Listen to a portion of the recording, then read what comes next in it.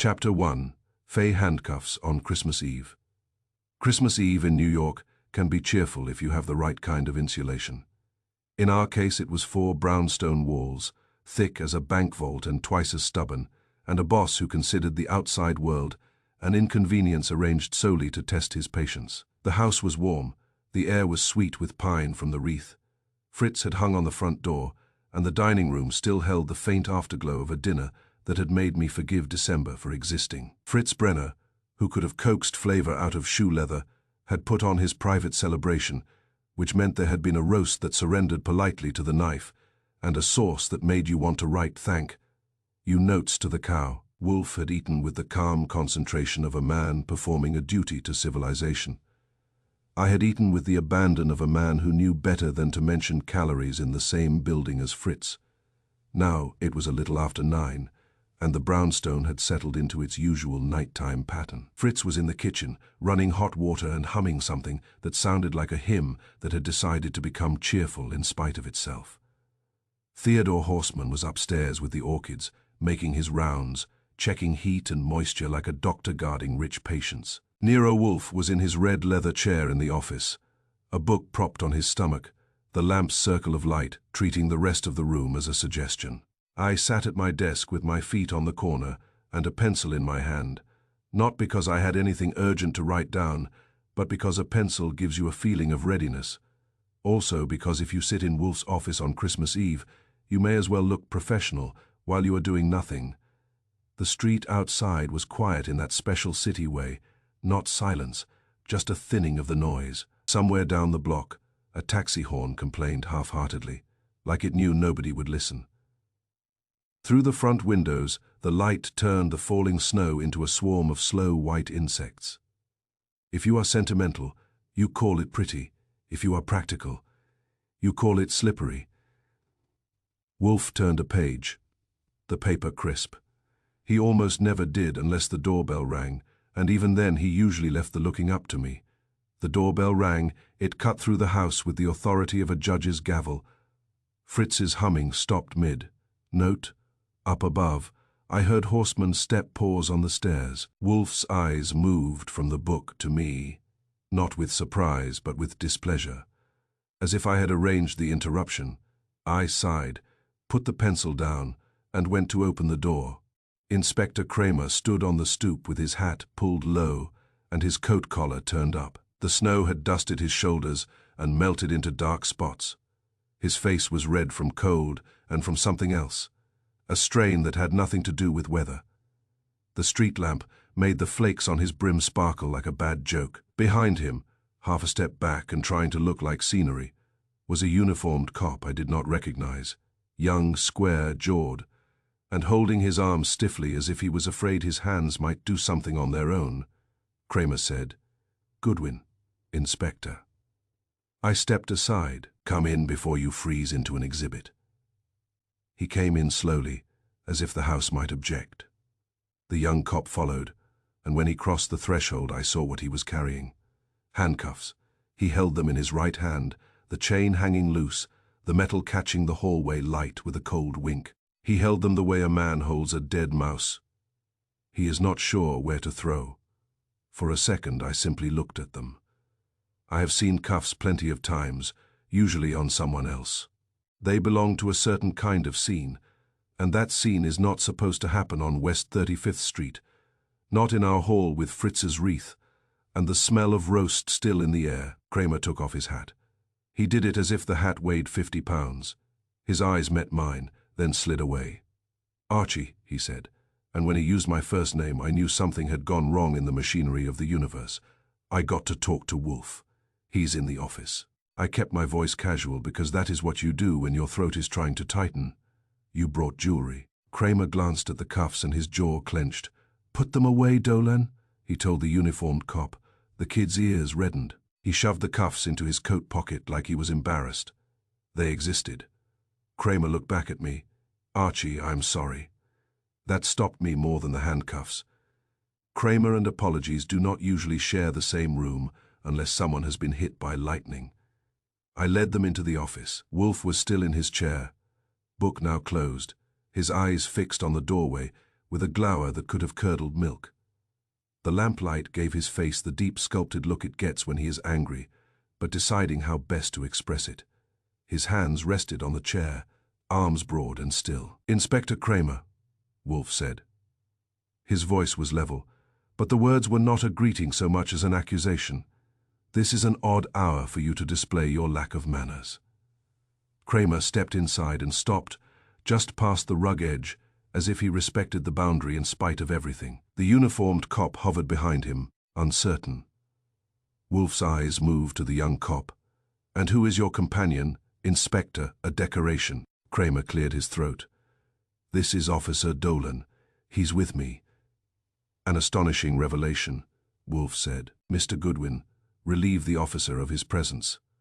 I will not discuss anything of consequence in front of a stranger." Kramer's hands lifted slightly.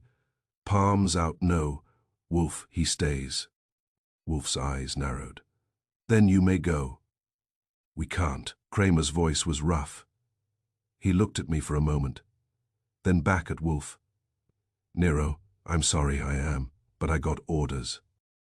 Wolfe shifted, just a fraction. He had not moved his body, but the air in the room changed as if he had stood up.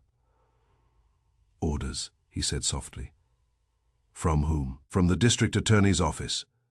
Kramer swallowed. "They want you brought in." The words hit the room like a thrown brick. For half a second I thought I had misunderstood, as if English had decided to slip its meanings for the holidays. Wolfe's expression did not change, but a vein at his temple became visible.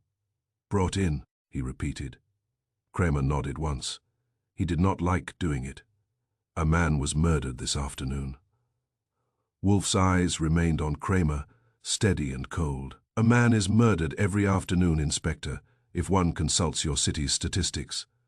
Why do you bring this squalor to my home on Christmas Eve?" "Because of the evidence," Kramer said. His big hands tightened and loosened, as if he was kneading anger into something manageable. "Because it points to you." I felt my mouth open, but nothing came out. There are reactions you expect to have, and there are reactions you do not allow yourself because they make you look foolish. I tried to find the line between them and failed. Wolfe's lips pressed together. When he spoke again, his voice was still controlled, but it had an edge like the first scrape of a knife on stone. "Explain." Kramer drew a breath. "The dead man's name is Hollis Drummond." At the name, my brain supplied a picture before I could stop it. Drummond had been in this very office that morning, looking nervous in a new overcoat, his hair combed too carefully.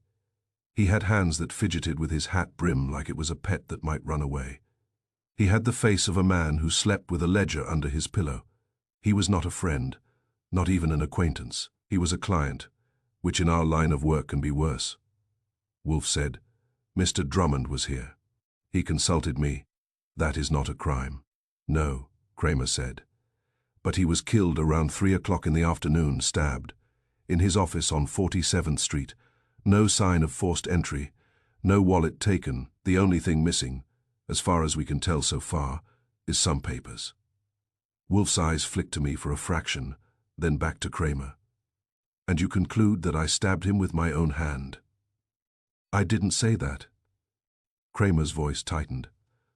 "I said the evidence points to you." "What evidence?" Wolfe demanded. Kramer reached into his coat pocket, and for an instant my attention snapped back to the handcuffs, hidden there, as if they might leap out. Instead, he pulled out an envelope. It was ordinary, brown.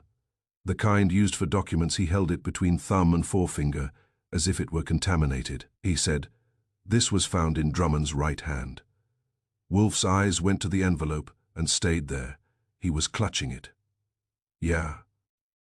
Kramer swallowed again, and I realized he was having as bad a Christmas Eve as anyone in the city. When the body was found, his fingers were tight around it, like he was holding onto it for dear life. Wolfe's voice was curt. "Give it to Mr. Goodwin." Kramer hesitated, then handed the envelope to me.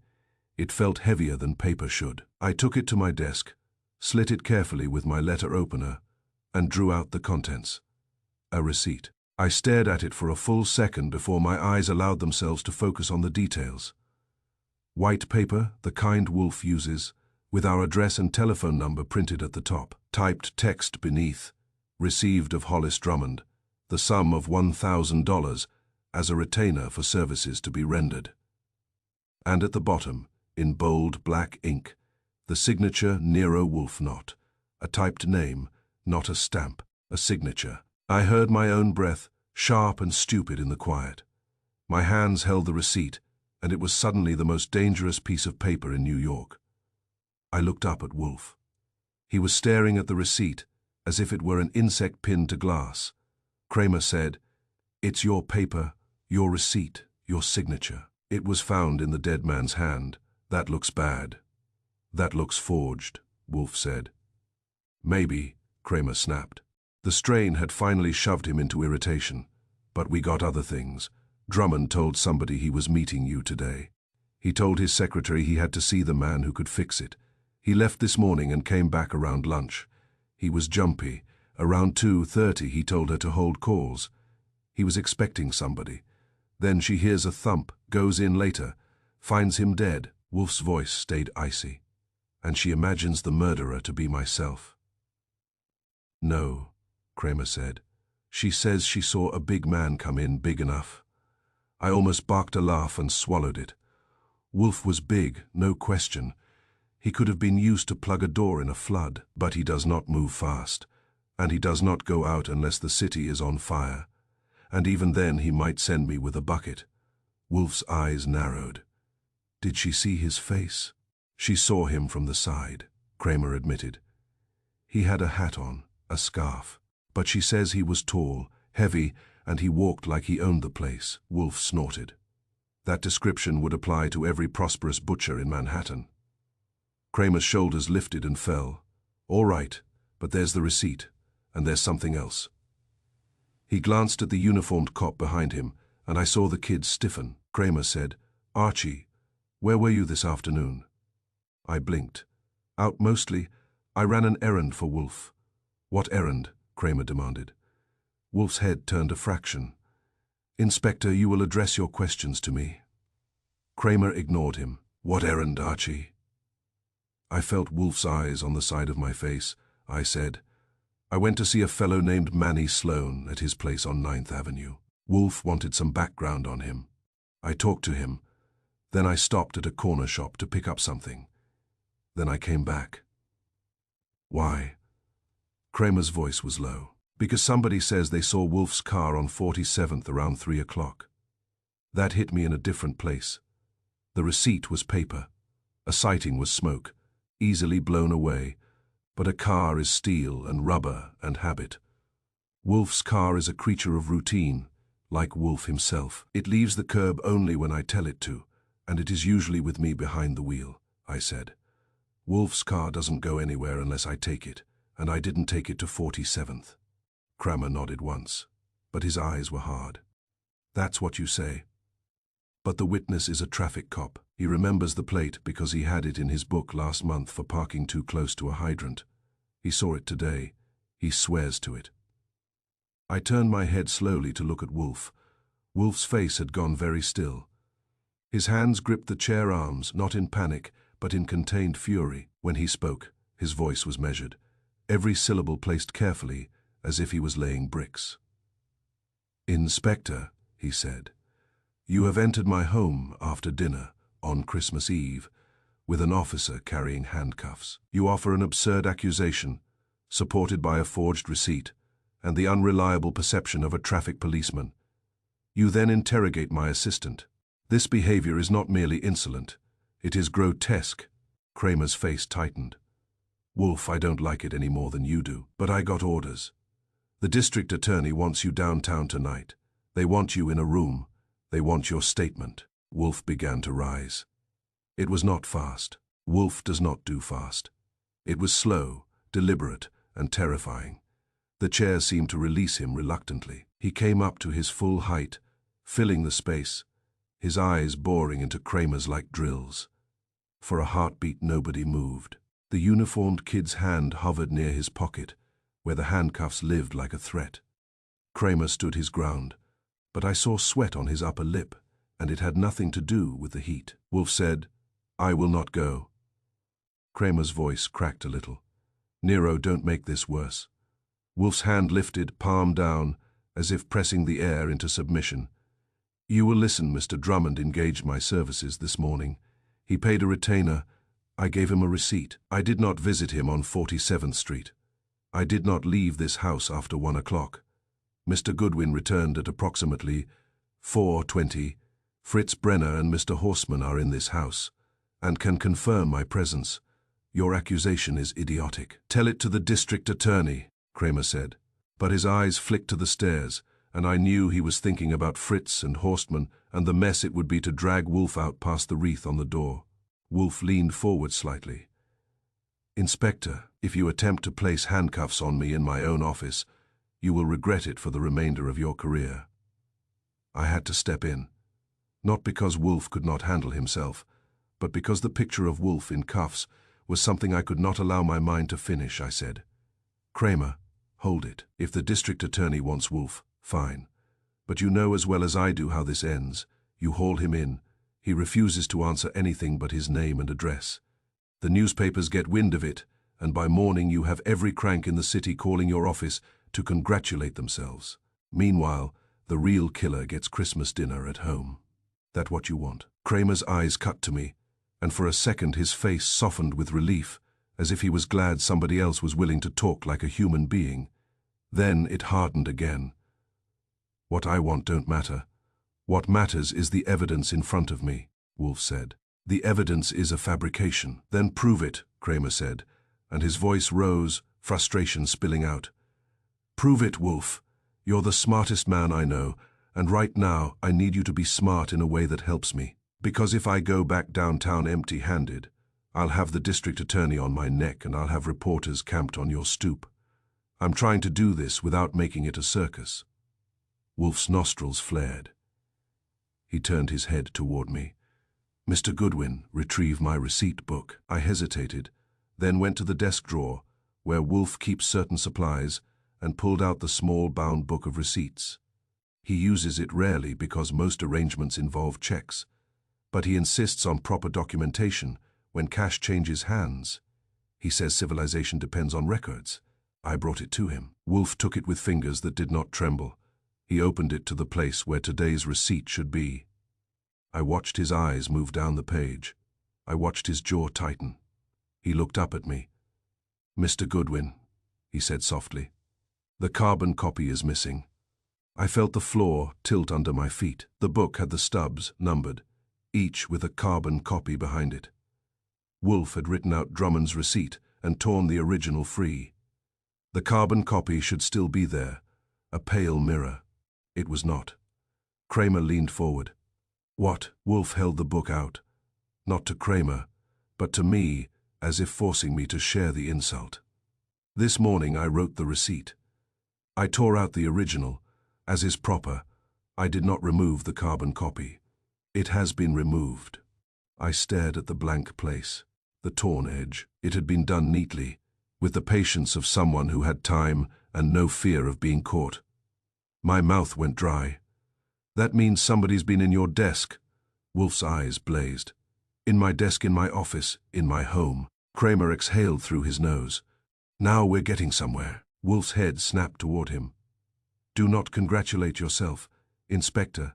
This is not progress. It is an outrage. Kramer lifted his hands again. All right.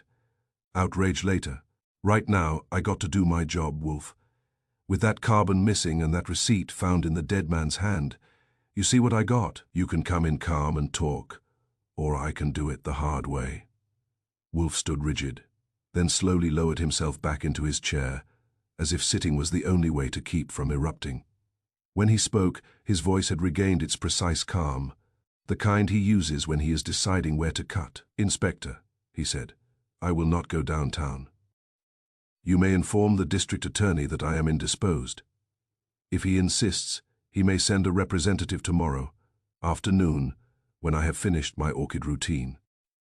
Kramer's face went red. Tomorrow, Wolfe. This is a murder. Yes, Wolfe said. And it is also a frame. Someone has taken my receipt book, removed a carbon copy, and placed a forged receipt in a dead man's hand. Someone has arranged for my car to be seen where it was not. These are not the acts of an amateur. They require planning. The murderer anticipated your arrival here with handcuffs. I will not reward such insolence by cooperating with your clumsy efforts. Kramer's voice dropped. Nero, don't force me. Wolfe's eyes met his. Steady force, Inspector, is an admission of defeat. For a moment the room held its breath. Outside, a car passed, tires hissing on wet snow. Fritz's footsteps sounded in the hall, hesitant, then stopped, as if he had heard enough to know he should not enter. I looked at Kramer, he looked at Wolfe. The uniformed kid looked at the floor, probably wishing he had joined the fire department. Kramer said finally, "Wolfe, I don't want to do this. You know that." Wolfe's mouth tightened. "Then do not." Kramer's shoulders sagged slightly, a surrender that was not complete. "All right," he said. "I'll give you a little room, but not much. The district attorney's going to push, and I got to tell you something else." Wolfe's eyes narrowed. "What now?" Kramer reached into his coat again. This time he pulled out a small card, the kind used for notes. He held it up, and I saw writing on it, heavy and hurried. "We found this in Drummond's desk," Kramer said. It was on top, like he'd been looking at it. He read aloud, slowly, as if the words tasted bad. "If you want your hands clean, go to Wolfe. He knows how to wash them." He lowered the card, his eyes bored into Wolfe's. "Now tell me," Kramer said, "who in this city would write something like that, and why would Drummond be reading it the day he gets killed?" Wolfe's face did not change, but his eyes went distant for a fraction, as if his mind had stepped back to see the whole board. I felt a chill that had nothing to do with snow, because that note did not just point at Wolfe. It implied someone had been selling Wolfe's name like a service, like a guarantee. And if somebody was doing that, they were either desperate, reckless, or confident enough to believe they could put Wolfe himself in handcuffs. Wolfe's voice, when it came, was quiet and dangerous. "Inspector," he said, "you will leave those handcuffs in your pocket. Mr. Goodwin will accompany you to your office, and then he will go to Mr. Drummond's. I will remain here tonight. On Christmas Eve, someone has declared war on my reputation. I do not accept defeat." Kramer's eyebrows lifted. "You're sending Archie to the scene?" "Yes," Wolfe said. I opened my mouth to protest, but the words died. Wolfe had that tone, the one that means he has decided, and the only thing left is execution. Kramer looked at me. "Goodwin." I swallowed. My stomach had that hollow feeling you get when a roller coaster pauses at the top before the drop. "I'll go," I said, "because that is what I do." Wolfe's eyes fixed on me. "Mr. Goodwin," he said, "find the hand that removed that carbon copy." I nodded once, as I reached for my coat on the rack. Officer Dolan shifted behind Kramer, and for a second I saw the outline of the handcuffs in his pocket, a hard shape waiting for a wrist. Christmas Eve, and somebody wanted to wrap up Nero Wolfe like a present and deliver him to the district attorney. I pulled my coat on and felt the hook of the night sink in. When we stepped into the hall, Fritz was there, pale and upset, his hands clasped in front of his apron. "Mr. Wolfe," Fritz began, his voice tight with worry. Wolfe did not look at him. His eyes stayed on me. "Go," he said. I went. And as the front door opened to the cold and the snow and Kramer's grim face, I had one clear thought. Whoever had stolen that carbon copy had been inside our house, and that meant the killer was already closer than the street. Chapter 2, Faye the client who never left the trouble with going out on Christmas Eve, is that you keep bumping into other people's traditions. A Salvation Army bell will jingle at you, like it expects a contribution for the privilege of walking past.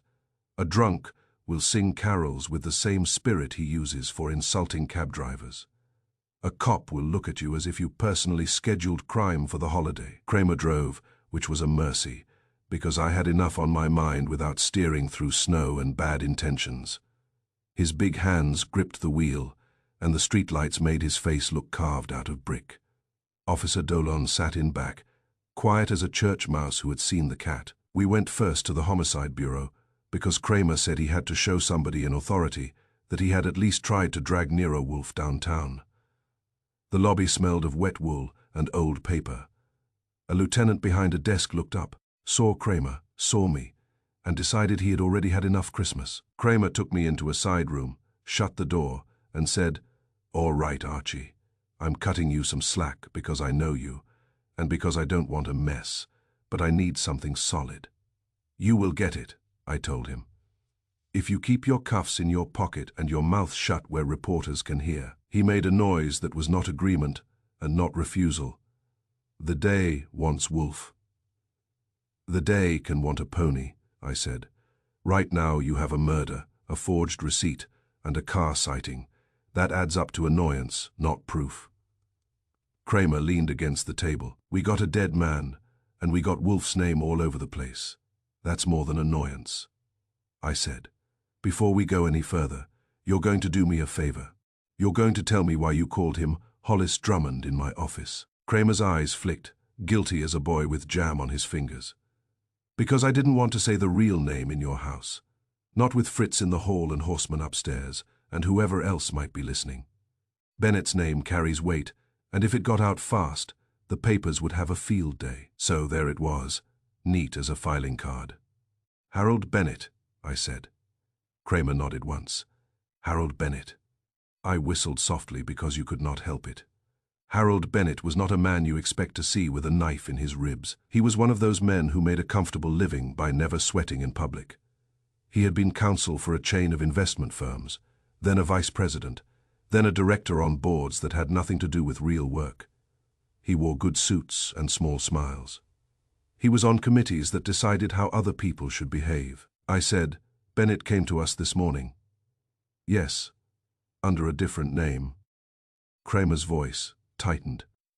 "He used Hollis Drummond when he called, said it was private." "Trivial enough to get him killed," I said. Kramer pushed off the table. "Come on, we're going to his office. You can look around, you can ask questions, but understand this, Archie, if you try any tricks, I'll stop being polite." "You are polite the way a bulldozer is polite," I told him. And we went. Bennett's office was on 47th Street, high up with a view that would have been pretty if the city had not been wearing a grey winter blanket. The building lobby had a Christmas tree with cheap ornaments, which is what you do when you want to show you are human without spending money. We went up in an elevator that smelled of perfume and fear. On the floor, a receptionist in a tight sweater looked like she had been crying. A couple of men in suits hovered near the corridor, like they were deciding whether to run or pretend nothing was happening. 2 uniforms stood at the door of Bennett's inner office. Kramer flashed his badge and pushed through. I followed. The office was large, expensive, and now ruined. Bennett lay behind his desk, half twisted, one arm out as if he had reached for something and missed. A sheet had been pulled up over him, but it did not hide the shape that mattered. There was a dark stain on the carpet, and the air carried the metallic bite of blood under the smell of cigar smoke and furniture polish. A detective I knew. Stebbins nodded at me. He looked pale, which meant even he thought this was ugly. "Goodwin," he said. "Stebbins." I looked around. "Where's the weapon?" Stebbins pointed with his chin. On the desk, on a pad of blotting paper, sat a heavy object. My eyes locked on it and stayed there. It was a paperweight, dark bronze, shaped like a crouching panther. Wolfe had bought it years ago because it pleased him. It lived on his desk, near the right corner. I had picked it up often to move papers, and I had cursed its weight when it tried to break a toe. Now it sat on Harold Bennett's desk like a taunt. I felt my stomach drop. "That is from Wolfe's office," I said, and my voice sounded flat even to me. Kramer's face turned even redder. "Yeah, that's why I'm here," Stebbins said. "Medical examiner says he was killed with a blow to the head, hard enough to crack the skull. Then he was stabbed too, probably to make sure. The blow could have been that paperweight." I stared at the panther and wanted to throw it out the window, Kramer said. "And before you say it, yes, we checked. It's got your boss's fingerprints on it," I said. "Of course it does. It sits on his desk. It is a paperweight, not a bomb." Kramer did not smile. It's also got other prints. That helped. Whose? We don't know yet. He glanced at Stebbins. Lab's working. I looked around more carefully, trying to get my bearings. Bennett's desk was neat, except for one drawer pulled partway open. There were papers scattered, as if someone had rifled them in a hurry. A wall safe stood open empty. On a side table, a glass sat with a little amber liquid at the bottom, untouched now. The room's clock ticked with that loud, self-satisfied sound clocks make at crime scenes. I said, "Who found him?" Kramer jerked his head toward the outer office. His secretary, Marla Kent.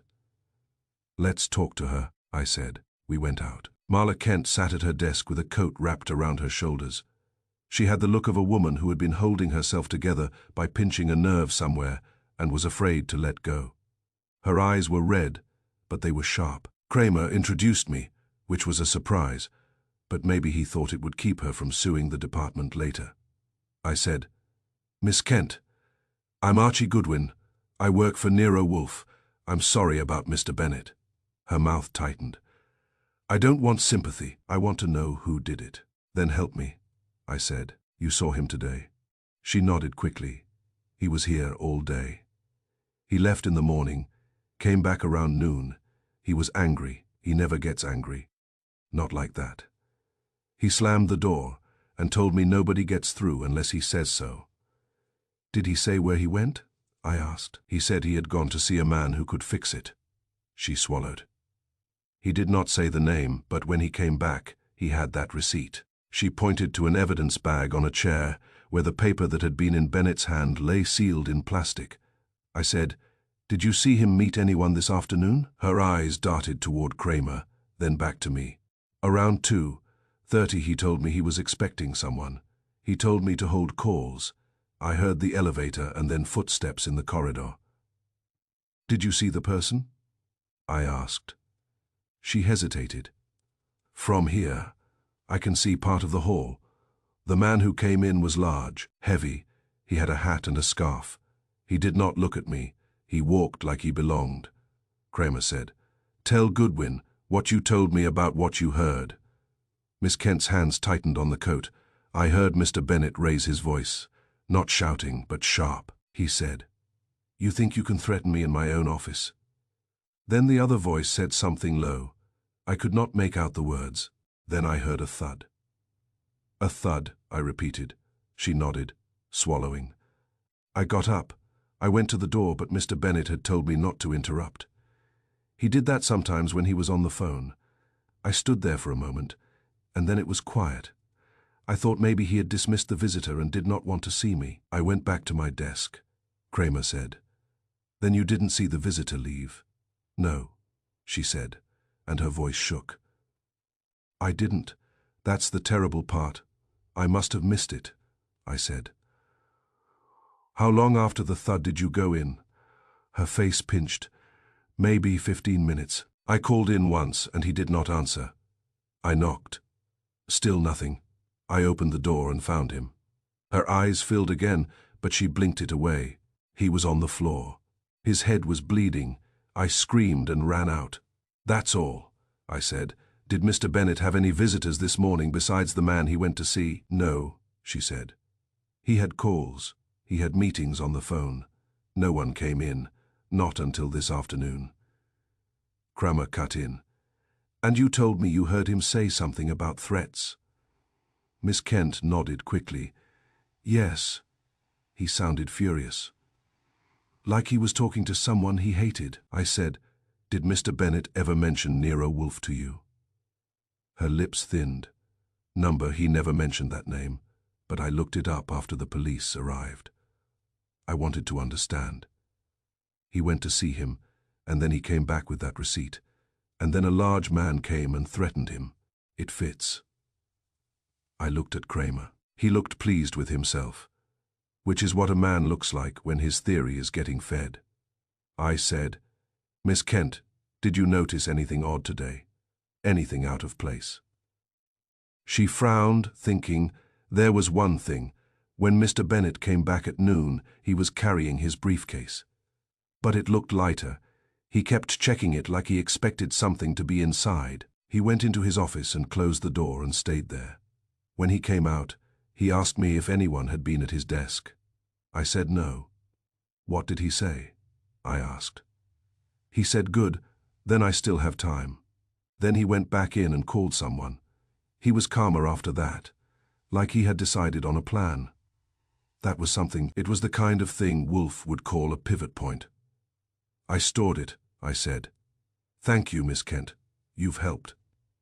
She looked at me, eyes hard. If he really went to your boss, and your boss is involved, I hope you don't protect him. I smiled. Not because it was funny, but because Archie Goodwin has a reflex. I protect the truth, I said. It just happens to like my boss. We stepped away, and Kramer pulled me toward the inner office again. He shut the door and said, You hear her, threats, big man receipt, weapon from his desk, Wolfe's car seen outside. Tell me it's not Wolfe, I said, it's not Wolfe. Kramer's eyes narrowed. You got a better answer. I have the beginning of one, I told him. Start with the paperweight. Wolfe did not leave his house after 1 o'clock. If you can prove he did, then put him in cuffs. Until then, you are looking at someone who wanted you to think he did. Who could get that paperweight out of his office? Kramer demanded. That is the right question, I said, and I intend to answer it. But first I need to know something else. Who else knew Bennett was coming to see Wolfe this morning under a false name? Kramer frowned. He called from his office line. Use the alias. Your phone records will show the call. Fine, I said. But Bennett's secretary did not know the name until she saw it on the receipt. That means Bennett kept it to himself. Yet somebody else knew he went to Wolfe, and somebody else got a paperweight from Wolfe's desk, and somebody else arranged for a forged receipt to be in Bennett's hand. That is a lot of somebody else, Kramer grunted. You're saying Bennett told someone? Or someone was listening, I said, or someone intercepted something. Kramer opened his mouth, then shut it again. He was thinking, which for him was the equivalent of prayer, I said. Now I'm going back to the brownstone. Kramer's face hardened. Don't you dare touch evidence. I live there, I reminded him. Everything in that house is evidence now, including the front door mat. He pointed a finger at me. You find out anything, you call me, you will be the first to know, I said, and left. Outside, the snow had thickened. The street looked like a postcard that had been dropped in mud. I hailed a taxi and rode back to West 35th Street, my mind running through the morning like a film reel.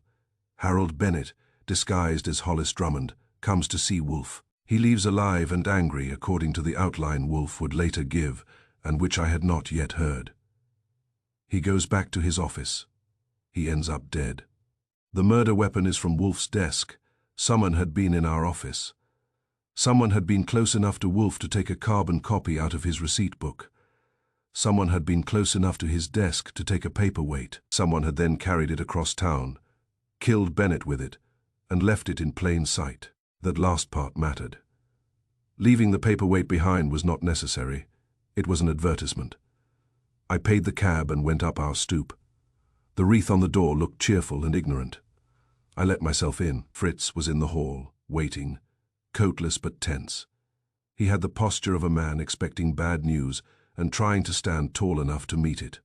Mr. Archie, he said, and his voice was low. Is Mr. Wolfe? He's at home, I said. For now. Fritz's shoulders sagged with relief, then tightened again. There was a call, he said. A man asked for you. He did not give a name. He said it was urgent. I said you were out. He said he would call again. Did he say what it was about? Fritz shook his head. Only urgent. He sounded careful. That is my favorite kind, I said. Where is Wolfe? In the office. I went in. Wolfe sat in his chair as if he had never moved. The lamp lit his face, and the rest of the room was shadows and polished wood. The room looked normal, which was now suspicious. Wolfe's eyes lifted to me. Well? I held up my gloved hand like a man presenting a rotten gift. Harold Bennett is dead, not Hollis Drummond.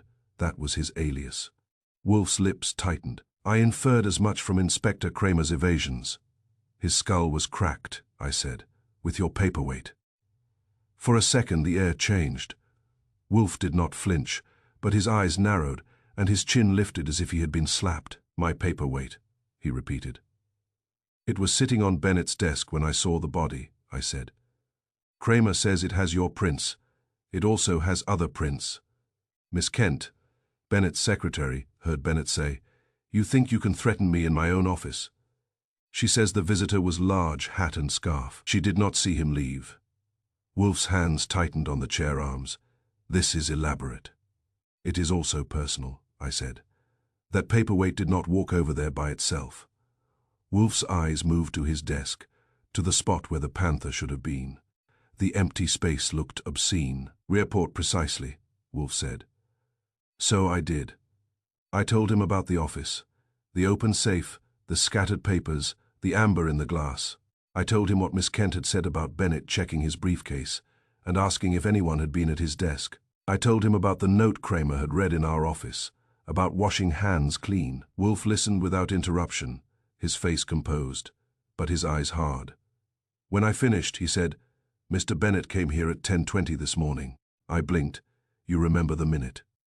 I remember everything that matters, he said. He arrived, introduced himself as Hollis Drummond, and then within 30 seconds he abandoned the pretense and gave his true name. He said, he could not trust his telephone. He was correct. Was he angry? I asked. He was agitated, Wolfe said. He believed he was being extorted. He believed someone possessed documents that would destroy him. He said he had been advised to consult me because I could resolve discreet matters. I informed him that I do not traffic in bribery or intimidation. I said I would investigate and advise him. I leaned on my desk, and then, he demanded, an immediate solution, Wolfe said, and now his mouth tightened. He offered money. He offered more money. He implied that I would regret refusing him. That is the moment Inspector Kramer's witness has transformed into a threat by me. Did you threaten him? I asked. Though it felt silly, Wolfe's eyes flashed. I told him that if he attempted to coerce me, I would have him removed bodily from my house. Mr. Goodwin, that is not a threat. It is a statement of possibility. I grinned faintly. It is also a threat if you are the one who gets removed. Wolfe ignored that. He calmed somewhat. He agreed to a retainer of $1,000 in cash, which he produced from his pocket with theatrical flourish. I wrote a receipt. I gave him the original. And the ending. I prompted. Wolfe's gaze sharpened. The ending is the critical part. After I handed him the receipt, he asked one more question. He asked, "Do you ever fail, Mr. Wolfe?" I nodded. Sounds like him. I replied that I do not concern myself with failure. I concern myself with truth. He said, "Truth is expensive." I said, "Then you should not have purchased lies." He then rose, and he left. Wolfe paused. His eyes went distant for a beat. And then, I asked, Wolfe's jaw tightened. And then, Mr. Goodwin, my desk drawer was opened. I stared, while he was still in the room. Number Wolfe's voice was clipped. After he left, I heard the click. The drawer on my right, I looked, and it was slightly ajar.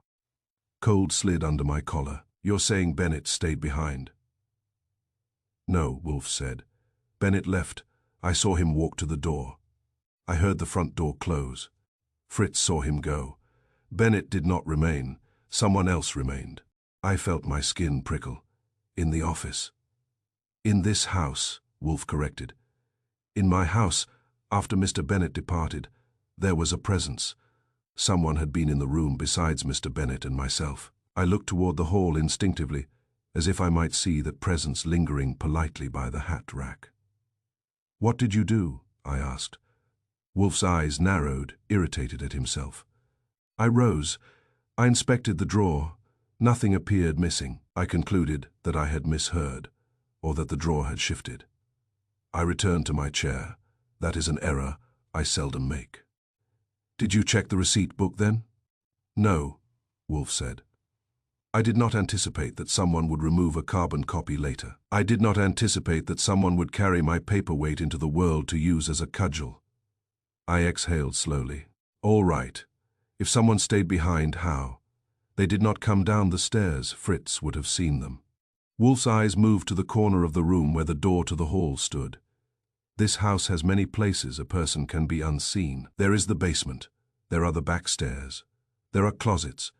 There is the alcove behind the dining room wall panel that Mr. Goodwin insists is merely for storage. It is for storage, I said.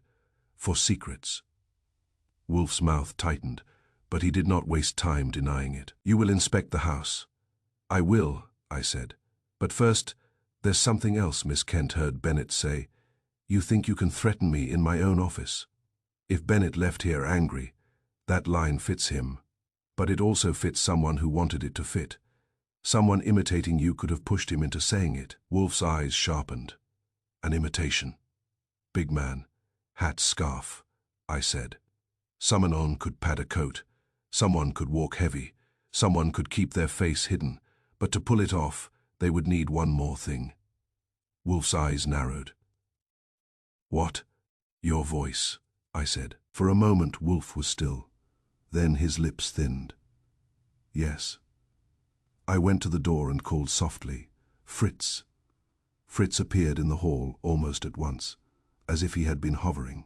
His face was pale, his hands clasped. Fritz, I said, this morning, when Mr. Bennett left, did you see anyone else? Fritz frowned, thinking, no, Mr. Archie, only Mr. Bennett. He was angry. He spoke sharply. He did not say goodbye. He walked quickly. After he left, I said. Did you hear anyone moving in the front hall? Fritz hesitated. Not that I remember. Wolfe said. Fritz, did you receive any deliveries this afternoon? Fritz blinked. Yes, sir, the fish and the fruit. And did any delivery man enter the office? Wolfe demanded. No, sir, Fritz said quickly. Never. Did you admit anyone at the front door between 1 and 5? Wolfe asked. Fritz's brows knit. No, sir, no one. Then the person was already in the house. I nodded slowly. Or got in another way. Wolfe's mouth tightened. There is no other way, except the basement. Then we check the basement, I said, and the closets, and the storage alcove that is merely for storage. Wolfe's eyes narrowed. You will be thorough. I went out, with Fritz following me and offering to help, which I declined because I did not want him finding a corpse among the Christmas preserves. I took a flashlight and started with the office, because if someone had been hiding, they might have left something. The desk drawers were the obvious place. I checked them carefully, and Wolfe's right hand drawer showed faint scratches near the lock, as if a thin tool had been used. It could have been age. It could have been something else. I ran my fingers over it and felt a burr. I checked the wastebasket, mostly paper scraps. Then I saw something small, dark and out of place, a nub of cigar ash crushed. Wolfe does not smoke cigars. I do sometimes, but not in his office unless I want to die young. I picked it up with a tissue. It was not ash. It was the end of a cigar, chewed slightly, wet on one side. Someone had been in here long enough to smoke. I went out to the hall. The house was quiet in that deep way it gets late at night, as if it were holding its own breath. Upstairs I could hear horsemen moving, a faint shuffle like a ghost with responsibilities. I went to the basement door, opened it, and the cold, damp smell rose up. The flashlight beam cut through the dark, the stairs creaked under my weight, and the shadows shifted. Halfway down I stopped, because I saw something on the steps, a smear of snow. Not old. Not melted into nothing. A thin, wet streak with tiny grit in it, like someone had stepped on the steps with snow on their shoes and then paused. I knelt, touched it with a fingertip, and felt the chill. Somebody had been in our basement tonight, and it was not Fritz, and it was not me. And the thought that followed was worse. If the intruder could come and go through the basement, then he could still be in the house. I straightened slowly, flashlight beam steady on the darkness below, and listened. From the basement, faint but unmistakable, came the sound of a shoe shifting on concrete. I did not call out. I did not breathe. I tightened my grip on the flashlight like it was a club and took the next step down. Chapter 3, Fey Evidence 2, Neat. The sound in the basement was not dramatic. It was not the scrape of a knife on concrete or a heavy footfall that would let you picture a villain with a mask and a plan. It was just a small shift, the kind you hear when a man adjusts his weight because standing still has become uncomfortable. That was enough. I held the flashlight in my right hand and kept my left free because it is hard to grab a throat with a mitten. The beam showed the next few steps, the damp wall, the edge of a storage shelf, and then darkness. The air smelled of coal dust and cold stone, with a faint bite of heating oil that belonged to the furnace and also to our winter lives. I took one step down, slow, and listened. Another shift. Then nothing. I could hear my own breathing and hated it. "Who's there?" I called, keeping my voice light, because that is what you do when you do not want to sound like a man about to be foolish. No answer. I took another step. The flashlight beam slid across the concrete floor at the bottom of the stairs and caught something that did not belong. A wet footprint, not big enough for Wolfe, not small enough for Fritz. It had a clean edge like a rubber sole, and there was grit in it from the street. It went toward the rear, toward the old coal bin and the little basement window that looks out at the narrow areaway behind the brownstone. I went down the rest of the stairs and kept the beam moving. The shelves held jars and boxes and the kind of supplies Fritz believes civilization requires. The coal bin was half empty because we have moved up in the world and no longer heat with coal, but Wolfe refuses to remove it because he does not like empty spaces that once had purpose. The basement window was open a crack. It should have been latched. Fritz is the kind of man who latches things. A crack in a basement window in December is not an accident.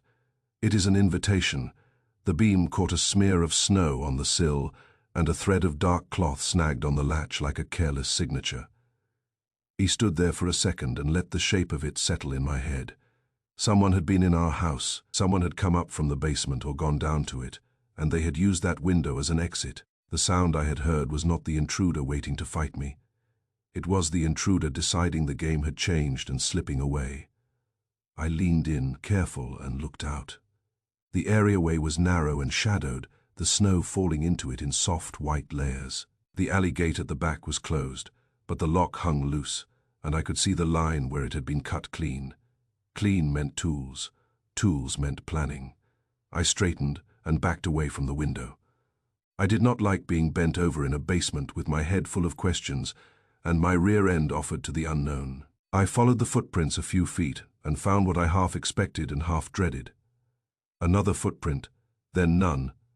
The person had stepped onto a dry patch, then onto the shelves, then maybe onto a crate. He had moved with knowledge, not with panic.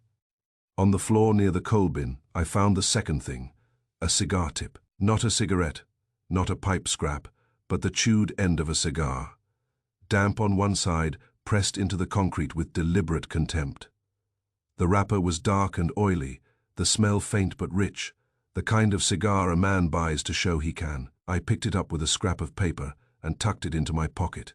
I stood a moment longer, looking at the cut lock, the open window, the wet prints, and felt anger rise hot in my chest. They had used our house like a station. They had come and gone as if West 35th Street were a subway stop. Upstairs, the house was quiet, too quiet. I went back up the stairs, closed the basement door behind me, and went straight to the office. Wolfe was in his chair, his face set in the hard calm he uses when he has been insulted in a way that cannot be ignored. He did not ask questions. He looked at my face and read enough. "They departed," he said. "Yes," I told him. Through the basement areaway, the lock on the gate was cut clean. The window was unlatched, there were wet footprints, and there was this. I placed the cigar tip on a paper on my desk. Wolfe's eyes narrowed. "A cigar, not yours," I said. "Obviously," Wolfe replied. "I do not chew." "I did not think you did," I said. "The point is, whoever it was felt comfortable enough in our basement to smoke. That is either confidence or stupidity, and I do not think it is stupidity." Wolfe's mouth tightened. You will take that to Inspector Kramer. That is the plan, I said. But first, I want to know something. Fritz said, no one came in after 1 this afternoon. Horstman is upstairs most of the time. That means the intruder was already here, or used the basement earlier. Either way, it happened on our ground. Wolfe's eyes flicked to the desk drawers, then back to me. You will go to the police and examine the evidence. I will examine the facts. I stared at him. You are staying put. Of course, he said. If you imagine I will present myself to a precinct like a pickpocket waiting to be processed, you are disoriented. I could not argue with that, not honestly. Still, it bothered me that the evidence was downtown, and the brain that could slice it open was on 35th Street. Then Wolfe said, You will telephone me from the precinct. I blinked. Telephone you, yes, Wolfe said. You will be my eyes and hands. I will be my mind. It is a division of labor that has served us. I nodded once. Because he was right. Then I put my coat on, told Fritz to latch everything twice, and headed back out into the snow. New York looked like it had been scrubbed with a dirty sponge. The lights were blurred by falling flakes, and the streets had that wet shine that makes every car horn sound impatient. I took a taxi, sat with my shoulders tight, and rehearsed what I would say to Kramer, which is always a waste because Kramer hears what he wants until you hit him with something he cannot ignore. At the precinct. The lobby was busy in that weary way the police have when the calendar says people should be kind and the city says otherwise. A drunk in a Santa hat argued with a desk sergeant about civil rights. A woman in a fur coat cried into a handkerchief as if the world were ending. 2 patrolmen stomped snow off their boots and looked like they would rather be anywhere else. Kramer was waiting for me by a door marked authorized personnel, as if he had been afraid I might escape. Officer Dolan hovered nearby. Watchful, Kramer said. You find anything? An exit route and a cigar tip, I said, and a cut lock. Somebody used our basement like a train station. His eyes narrowed. You sure? I reached into my pocket and handed him the cigar tip on its scrap of paper. If your lab can tell the brand, it might tell us the kind of man who chews his cigars. Kramer took it, looked at it, and for a moment his face showed something like hope. Then he shoved it into his coat pocket. Come on, he said. I got the stuff set up. Lab man's here. He took me through corridors that smelled of coffee and old rage to a small room with a metal table. On the table were plastic evidence bags. The receipt, the note about washing hands, photographs of Bennett's office, and, in a bigger bag that made my skin crawl, the Bronze Panther paperweight. A lab technician stood by the table, thin with glasses, and the cautious expression of a man who knows his job gives him enemies. He nodded at Kramer, then at me. Kramer said, This is Archie Goodwin. He works for Wolfe. The technician's eyes sharpened. Wolfe's assistant. That is what I said. Kramer growled. Now talk. The technician cleared his throat. We did preliminary work, fingerprints, paper analysis, ink analysis. It is early, but some things are clear. I said, such as? He tapped the bag holding the receipt. Paper is consistent with stationery from Wolfe's office. Same stock, same watermark, same weight. The typing matches a standard machine. Nothing unique yet. But the spacing is consistent with older office typewriters, Kramer said. And the signature. The technician hesitated, then said, The signature is genuine ink from the same kind of pen Wolfe uses. I frowned. You can tell that. We can tell ink composition, he said. There are common inks and there are inks that have additives. Wolfe's pen ink is distinctive enough that if we had a sample we could match it. We do, it matches. Kramer's eyes flicked to me. You hear that? I hear it, I said. But that does not mean Wolfe wrote that receipt at Bennett's office. It means Wolfe's ink is on it. The technician said, There is more under magnification. The signature has an edge. An edge, I repeated. Yes, he said. It appears the signature was not written directly on this sheet. It appears it was transferred. Kramer frowned. Transferred how? The technician chose his words carefully. It could be lifted from another paper and placed here. There are methods. Chemical lift, gelatin, pressure transfer. The ink shows slight distortion at the edges, and there are traces of adhesive. Kramer stared. So, it's a fake. It is a genuine signature, the technician said. Used in a false way. My mind clicked into place. The carbon copy, I said. Kramer looked at me. I said, Wolfe's receipt book has carbon copies. One is missing. If someone lifted the signature from the carbon, they could paste it onto another receipt. Then the signature tests genuine, but Wolfe never signed that particular sheet. The technician nodded. That would fit. Kramer swore under his breath. Damn it, I said. And the note about washing hands clean. The technician shrugged, typed on common stock. No prints yet. It was handled. Too many smudges. What about this? The technician's face tightened. Wolfe's prints are on it, consistent with it being in his office. There are other partial prints. We are working on them. I said, anything else? He pointed to the photographs. Bennett's safe was open. The drawer had been rifled. We found no sign of forced entry at the door. The lock was not damaged. Kramer said. So the killer walked in. Or was let in, I said. Kramer glared at me. Or was Wolfe? I did not bother arguing that part again. Instead, I said, I need to call Wolfe. Kramer's jaw tightened. Go ahead, but don't you feed him anything that lets him run.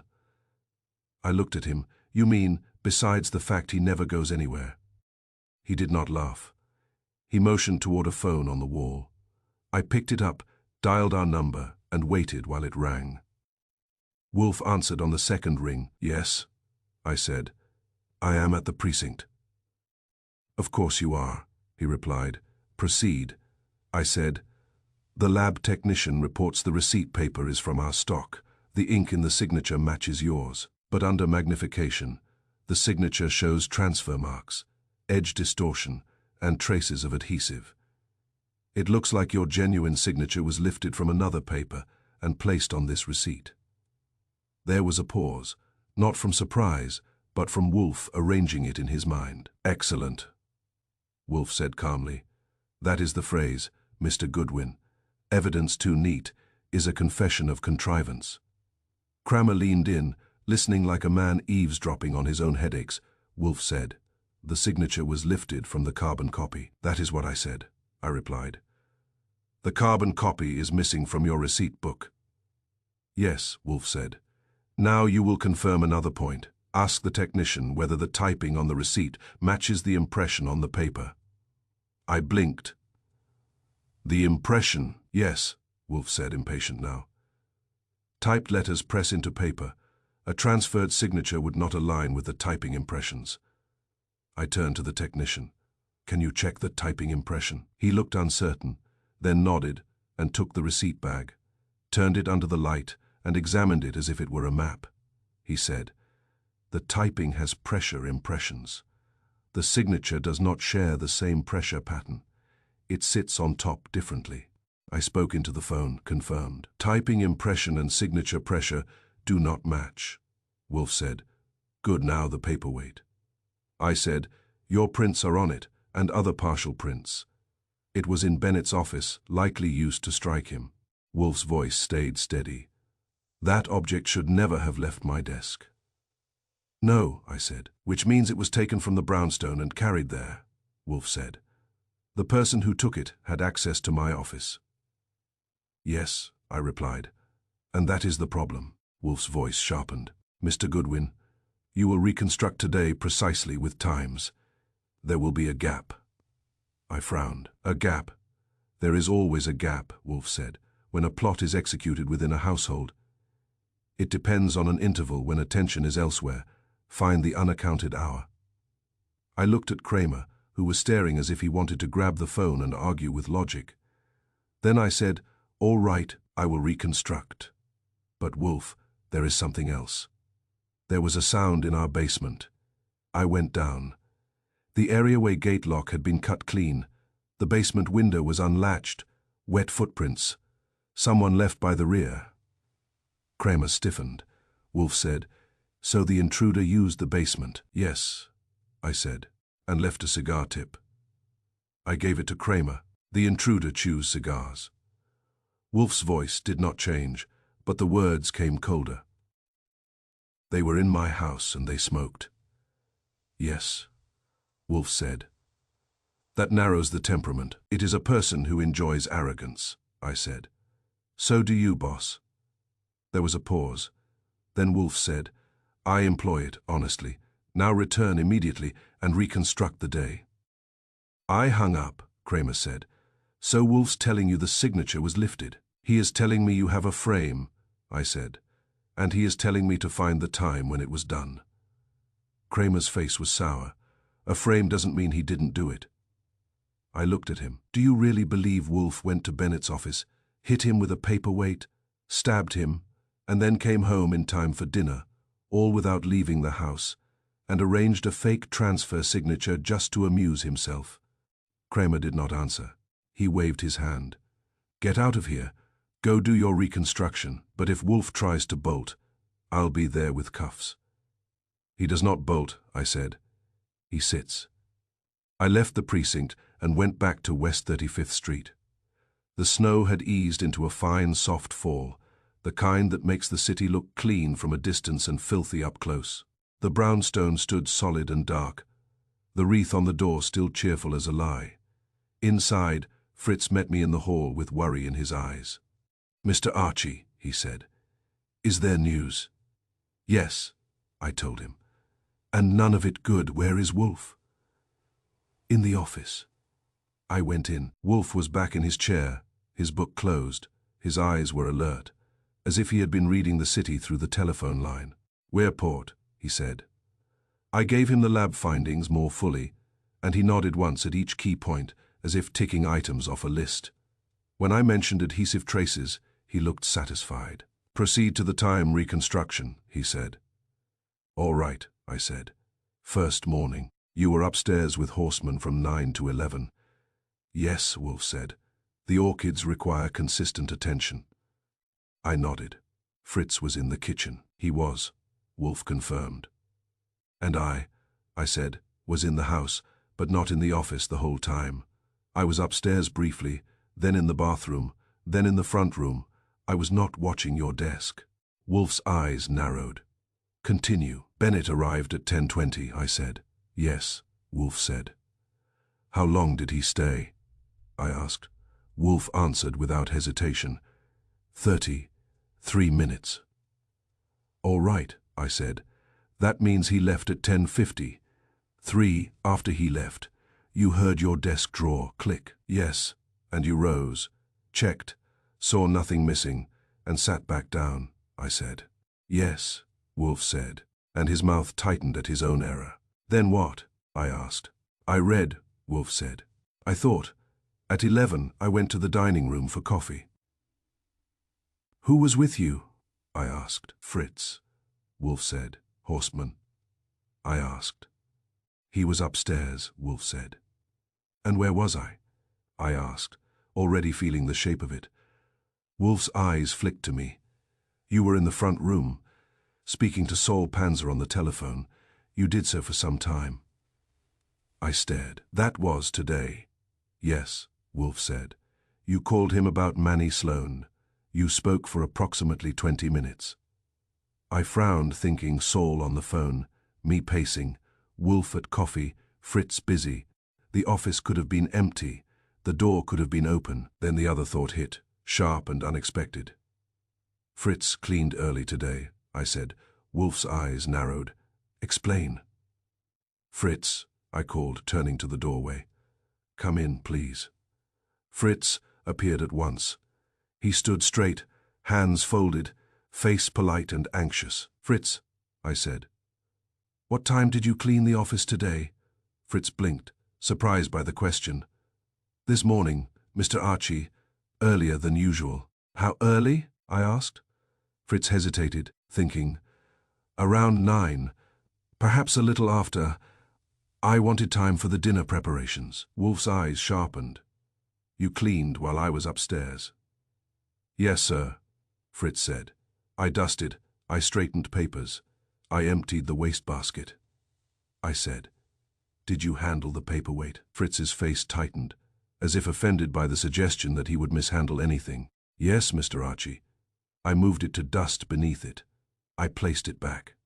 "Did you lock the desk drawers afterward?" Wolfe asked. Fritz looked startled. "Sir, I do not lock your drawers. They are usually closed."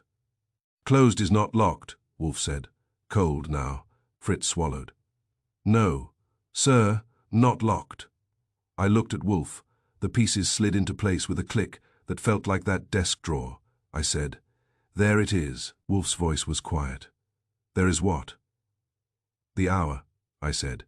"From 9 to 10. You were upstairs." Fritz was cleaning. I was not in the office watching.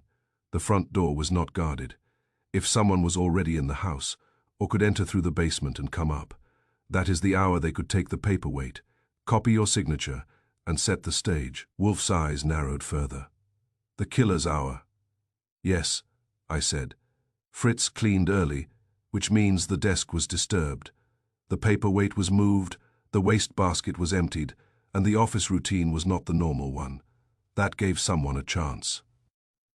Fritz's face went pale. "Mr. Wolfe, I am very sorry. I did not think." Wolfe did not soften, but his anger was not aimed at Fritz. It was aimed outward at the unseen hand that had used Fritz's diligence as a tool. Wolfe said, "Fritz, you are not at fault. You are a circumstance. Circumstances are exploited." Fritz nodded, relieved and still shaken. "Yes, sir." I said, "Fritz, when you emptied the wastebasket, where did you put the contents?" "In the kitchen bin," Fritz said. "Did you take it out?" I asked. "Yes," he said. "I took it out with the other refuse. It went to the outside container." I grimaced. "So if someone smoked in the office in the morning and left a cigar tip, you could have thrown it out?" Fritz looked pained. "It is possible." Wolfe's eyes hardened. "Mr. Goodwin found a cigar tip in the basement. The intruder is careless only where he feels safe," I said, "or he wanted me to find it." Wolfe's gaze locked on mine. "Yes." I exhaled, slow. "So the killer had an hour in our house in the morning, during cleaning. That hour is unaccounted for in our normal watch. It belongs to him." Wolfe nodded once. "Now we know when. We must learn who." I looked at the desk, at the empty space where the panther had been, and felt the heat of it. "Who could be in the house at 9 in the morning on Christmas Eve?" I said, "without Fritz noticing, without Horseman noticing, without me noticing, and still have time later to walk into Bennett's office and kill him?" Wolfe's voice was steady. "Someone who had reason to be here." I stared at him. "A delivery." Wolfe's eyes narrowed. "Or a man concealed in the basement from the night before. Or a man who came with a plausible purpose and was dismissed, then remained." I thought of the wet footprints, the cut lock, the open basement window. I thought of a man in a scarf, walking like he owned the place. I also thought of one more thing, the most unpleasant. Bennett had come here under a false name. Wolfe had written a receipt. The carbon copy was missing. The signature had been lifted.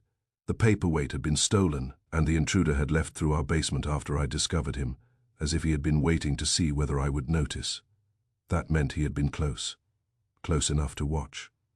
I said, "Boss, the killer may have been here tonight, not just this morning." Wolfe's eyes did not blink. "Yes, and," I added, "because the thought would not leave me alone. If he could get in twice, he can get in again." Wolfe's mouth tightened. "Then we will arrange that if he returns, he will not depart so easily." It rang in the office, sharp and sudden, and the sound felt like a hand on the back of my neck. I snatched it up. "Goodwin." A man's voice came, low and controlled. "Mr. Goodwin, I was told you would call back." "Who is this?" I demanded. A pause, then the voice said, "I am the one who advised Harold Bennett to see your employer." I felt my grip tighten. "You advised him?" "Yes," the voice said. "And now he is dead. And your employer is in trouble. I suggest you listen carefully. There is something missing from Bennett's safe that the police do not yet understand. If you wish to keep Nero Wolfe from wearing handcuffs, you will meet me tonight." I glanced at Wolfe. His eyes were on my face, reading every shift. I said, "Where?" The voice gave an address in Midtown, then added, "Come alone. If you bring the police, you will regret it." The line went dead. I held the receiver for a second, hearing only the dial tone. Then I set it down slowly. Wolfe said, "Well," I said, "the man who sent Bennett to you just invited me to a meeting. He says something is missing from Bennett's safe that the police do not yet understand." Wolfe's eyes hardened, and his voice was calm enough to freeze water. "Then you will go." I stared at him. "Alone?" "Yes," Wolfe said. "Because the killer has claimed an hour in my house. Now we will claim a minute in his confidence." I felt the hook sink in deep, because the address the man had given was not a restaurant, not a public lobby, not anywhere safe. It was a private suite in a building with a service entrance. Chapter 4 Faye Archie on the loose. The address the caller gave me belonged to one of those buildings that tries hard to look like it has always been respectable. It had a doorman in a cap that sat square on his head, brass fittings polished to a shine, and a lobby that smelled faintly of evergreen and money. The kind of place where a man can be murdered upstairs and the marble will still look offended at the inconvenience. I went in alone because Wolfe had told me to, and because I was not eager to explain to Kramer why I had ignored a lead that might keep handcuffs off my employer. The doorman looked at me as if he could tell whether I belonged, and I looked back at him as if I owned the building. That is a useful trick, and I recommend it. "Suite 1206, I said. He checked a list without asking my name. That meant somebody had arranged for me to be expected, which was either courtesy or calculation. I took the elevator up and walked down a carpeted corridor, quiet enough to hear your own thoughts, which is never a benefit. The door to 1206 was open before I knocked. A man stood there, small and neat, with a sharp face and careful eyes. He was dressed well, not loudly, and he held himself like a person who measures rooms and people the way a broker measures square footage. He did not offer his hand. He stepped back and let me in. The suite was a business space dressed up like a sitting room, with a couch that had never been relaxed on and a coffee table that had never seen coffee. There was a Christmas centerpiece on the table, real pine and red berries, too perfect to have been arranged by a person with human feelings. The man closed the door behind me and said, "Mr. Goodwin, you told me to come alone." I said. "I came. Now you tell me who you are." He gave a quick nod. "Eldon Vale." The name meant something which annoyed me because I do not like being behind the curve. Then it clicked. Vale had been in the papers a few times, always in connection with corporations that had suddenly become polite after being messy. He was a private consultant, the kind who gets hired to clean up a scandal before it spills. That is a fancy way to say he made trouble disappear for a fee. "Vale," I said, "you are the one who advised Harold Bennett to see Nero Wolfe." "Yes," he said. His voice was even, but his eyes were tight. "I did not advise him to be murdered." "That is a comfort," I told him. "What did you advise him about?"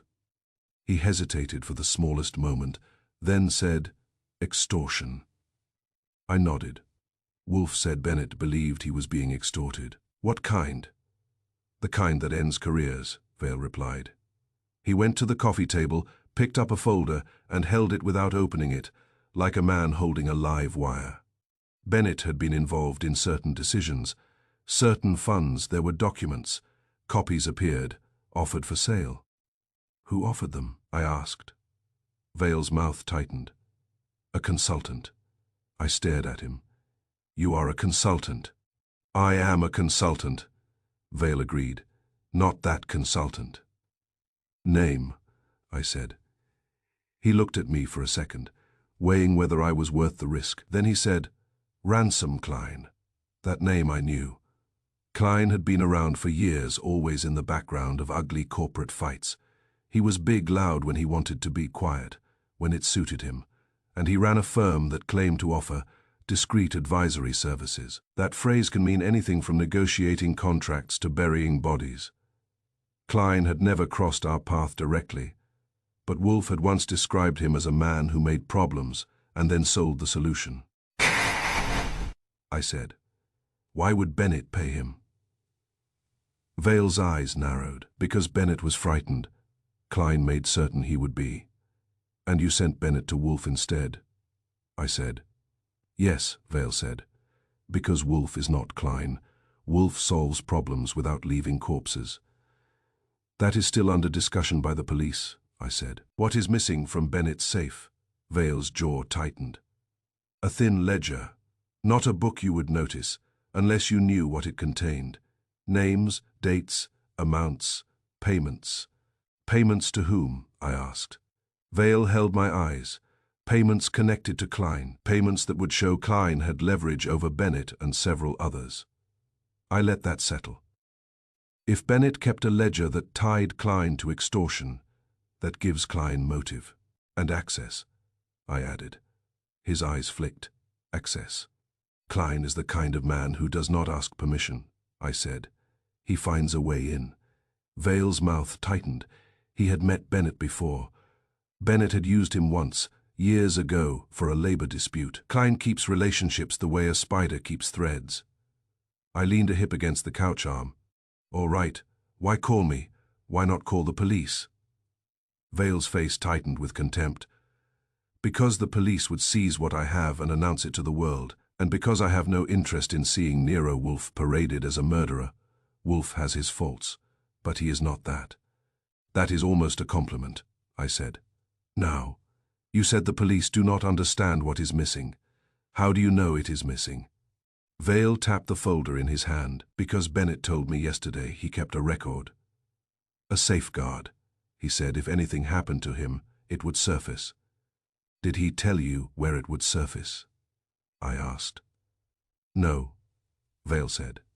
He was proud of being cautious. It made him reckless. I nodded. That sounded like Bennett. "So you have no idea where the ledger is now?" Vale's eyes sharpened. "I have an idea of who took it." "Klein," I said. "Yes," Vale said.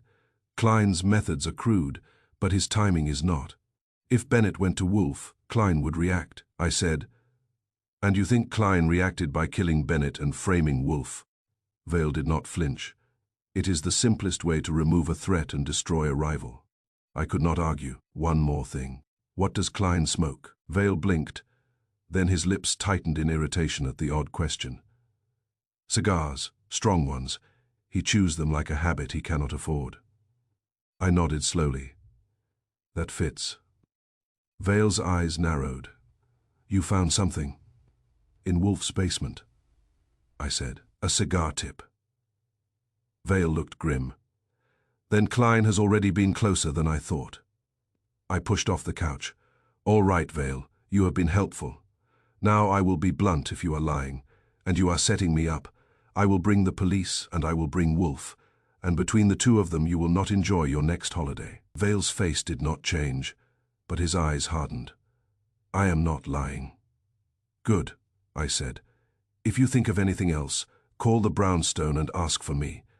Do not call again with a mysterious voice. I have enough of those." I left him standing by his perfect centerpiece and went back into the corridor, my brain moving faster than my feet. By the time I reached the elevator, I had one clear plan. I needed something that would put Klein's name and Bennett's dead body in the same sentence, in a way that Kramer could not ignore.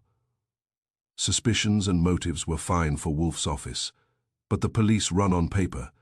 I got downstairs, stepped out into the cold, and took the first taxi that stopped. "Police headquarters," I told the driver. He grunted and pulled away.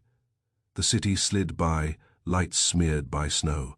Pedestrians hunched like they were apologizing for being outside. I kept seeing the bronze panther on Bennett's desk, and the neat transfer signature, and the wet footprints in our basement.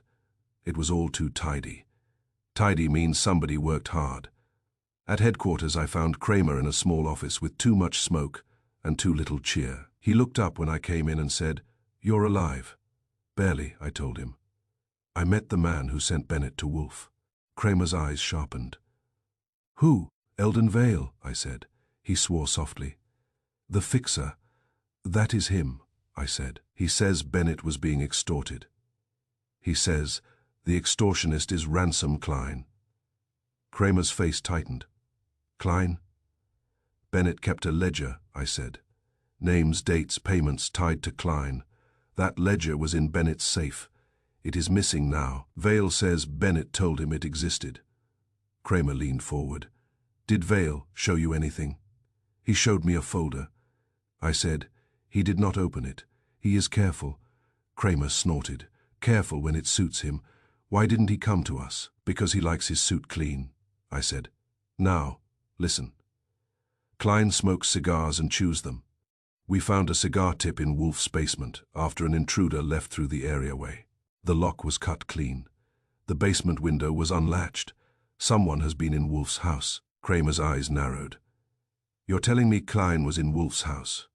I am telling you the intruder chewed cigars, I said. That is one match. The other match is that Klein has motive to ruin Wolfe and silence Bennett. Kramer sat back and rubbed a hand over his face. He looked tired enough to sleep standing up. This is all talk, Archie. It is, I admitted. So give me a chance to find paper. Let me work.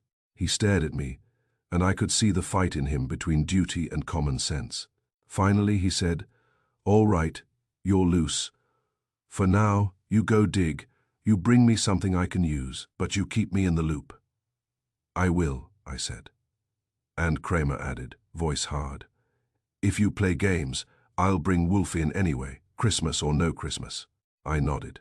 That is your holiday spirit showing. He waved me out. I left before he changed his mind. It was late, but Bennett's building had guards, and guards are like bartenders.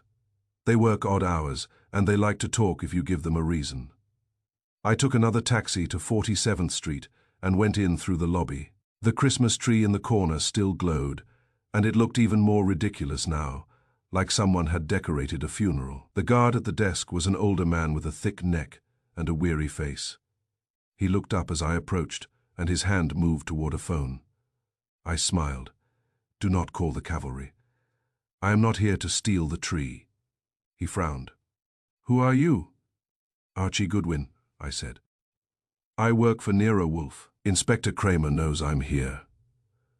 That was a calculated lie, but it was close enough to truth that it should have been legal. The guard's eyes narrowed. Wolfe. Yes, I said. The man you thought you saw earlier. He stiffened. I didn't say that. You will, I told him. What is your name? He hesitated. Hank Pritchard. Hank, I said, friendly as a salesman, I do not want to make your night worse. I just want to see the security log for today. The visitor log. The elevator sign. In anything you keep. His jaw tightened. That's for the police. The police are busy, I said. This is for Wolfe. If Wolfe gets hauled in because somebody fooled you, you will be explaining it to your boss and to reporters. If you help me, maybe you will not. His eyes flicked, worried. I didn't get fooled. Then you have nothing to worry about, I said. Show me the log. He stared at me for a long moment. Then he reached under the desk, pulled out a binder, and placed it on the counter like it weighed more than it did. Don't take it, he said. You look, you don't touch. I am famous for touching, I said, and opened it. The building kept a visitor log, not because it stops crime, but because it makes management feel responsible. Names were written in neat lines, times noted, destinations listed. Most of it was dull. Then I saw it. 12:14 p.m. visitor, R. Klein destination, H. Bennett. I felt my pulse jump. This, I said, tapping the line lightly. R. Klein, that is Ransom Klein. Pritchard's eyes slid away.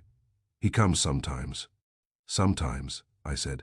Today, he came after Bennett returned from seeing Wolfe. Bennett came back around noon, right? Pritchard shrugged. I don't keep track of tenants. You keep track of visitors, I said. Klein signed in at 12:14. That means Bennett was back, and Klein came to see him. What did Klein look like? Pritchard frowned, thinking. Big man, Heavy, wore a dark coat, scarf, hat. I held his eyes. Like Wolfe. Pritchard's jaw tightened. Number like a big man. I said, "Did you see him again later?" Pritchard shifted his weight. "I see a lot of people." I leaned in slightly. "Hank, there was a second visit, around 2:30. He hesitated. Then he said, "Yeah, tell me," I said. He swallowed. "Around 2:30, 5, maybe 2:40, a big guy came in, dark coat, scarf up, hat low, walked straight past me like he owned the place." "And you let him?" I said. Pritchard's face reddened.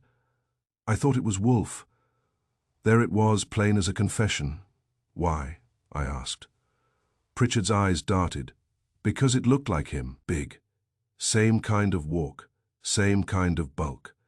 And earlier in the day the cops had already been talking about Wolfe, so it was on my mind."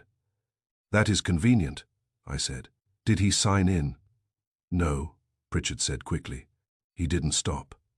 "And you didn't stop him," I said. "He looked like Wolfe," Pritchard repeated, stubborn now. "I figured if it was Wolfe, he didn't need to sign in. He was expected." I nodded slowly. "So he used the idea of Wolfe, like a pass." Pritchard's jaw tightened. "Maybe," I said, "after he went up." "Did you see him come down?" Pritchard swallowed. "Number. I went to the back for a minute. Bathroom when I came back. I didn't see him." "How long were you gone?" I asked. He hesitated. 10 minutes. 10 minutes is a long time in a murder. I said, "Is there any record of the elevator during that period?" He frowned. "The service elevator logs key use. The main one is automatic." "Show me," I said. He hesitated again. Then turned, opened a drawer, and pulled out a narrow strip of paper, punched with timestamps. "Service elevator. Key log," he said. "We got a key tenants, don't maintenance does." I took it and scanned. At 2:38 p.m., key used to go up. At 2:49 p.m., key used to go down. I looked up. "Maintenance," I said. Pritchard shook his head quickly. "Maintenance didn't schedule anything." "Then someone used the key," I said. He frowned. "Only me and my supervisor got access to it." I held his eyes. "And Ransom Klein." His face went blank. "Klein don't have the key." "Maybe not officially," I said. I handed the strip back gently. "Hank, this is what I needed. You saw a big man in a coat. You assumed it was Wolfe, and he did not sign in. That is not an accident. It is a plan. Someone wanted you to assume." Pritchard looked sick. "Am I in trouble?" "That depends," I told him, "on whether you help the police when they ask. Now, one more thing. At 12:14, when Klein signed in, did he speak to you?" Pritchard's brows knit. He said, "Bennett expecting me, like he always does." "Did he have a cigar?" I asked.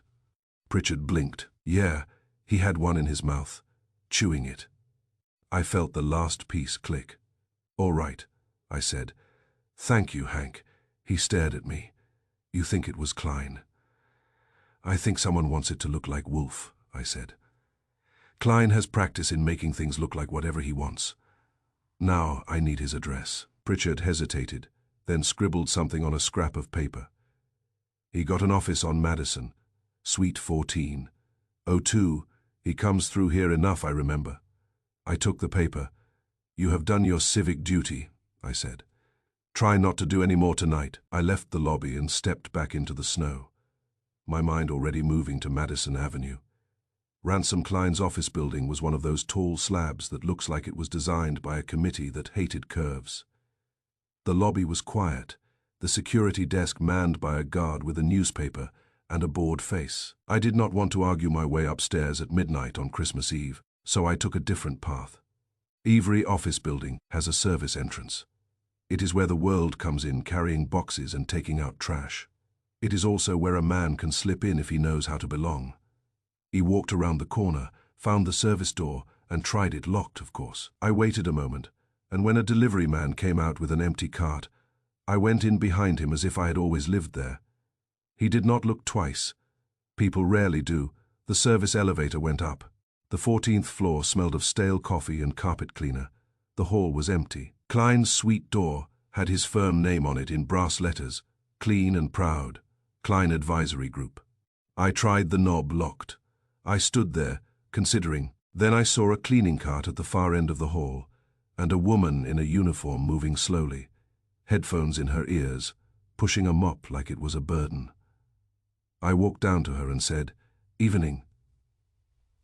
She jumped, pulled one earphone off, and looked at me with suspicion. "Who are you?" "Working late," I said, and smiled. "Like you," she made a face. "Ain't nobody working late on Christmas Eve, not unless they messed up." "That is a fair point," I said. "I need to get into Suite 14. Oh, too, I forgot my keys." She snorted. "That ain't my problem." I reached into my pocket, pulled out a bill, folded. "It could be your advantage." She looked at the bill, then at me. "You trying to get me fired?" "I am trying to get in," I said. 5 minutes, I leave it as I found it. You never saw me." Her eyes narrowed. Then she shrugged, took the bill, and pulled a key ring from her pocket. "5 minutes," she said. "If anybody asks, I don't know you." "That is my favorite relationship," I said. She unlocked Klein's door, let me in, and stayed in the hall, watching both directions like a lookout. I stepped into Klein's outer office. It was dim, lit by the glow from the city through the windows. The furniture was expensive but impersonal, the kind designed to impress clients without asking them to stay. A large desk sat in the inner office, visible through a glass wall. On the outer desk was a phone, a blotter, and a small brass ornament shaped like a lion. Men like Klein like animals in metal, apparently. I moved fast, because I did not trust my 5 minutes. The inner office door was closed but not locked. I went in. The room was larger, with a long table for meetings and a desk that looked like it could survive a small war. On a sideboard sat a humidor, open a crack. The air smelled faintly of cigars. I crossed to the desk and checked the top drawer. Locked. Second drawer. Locked. Third drawer. Not locked.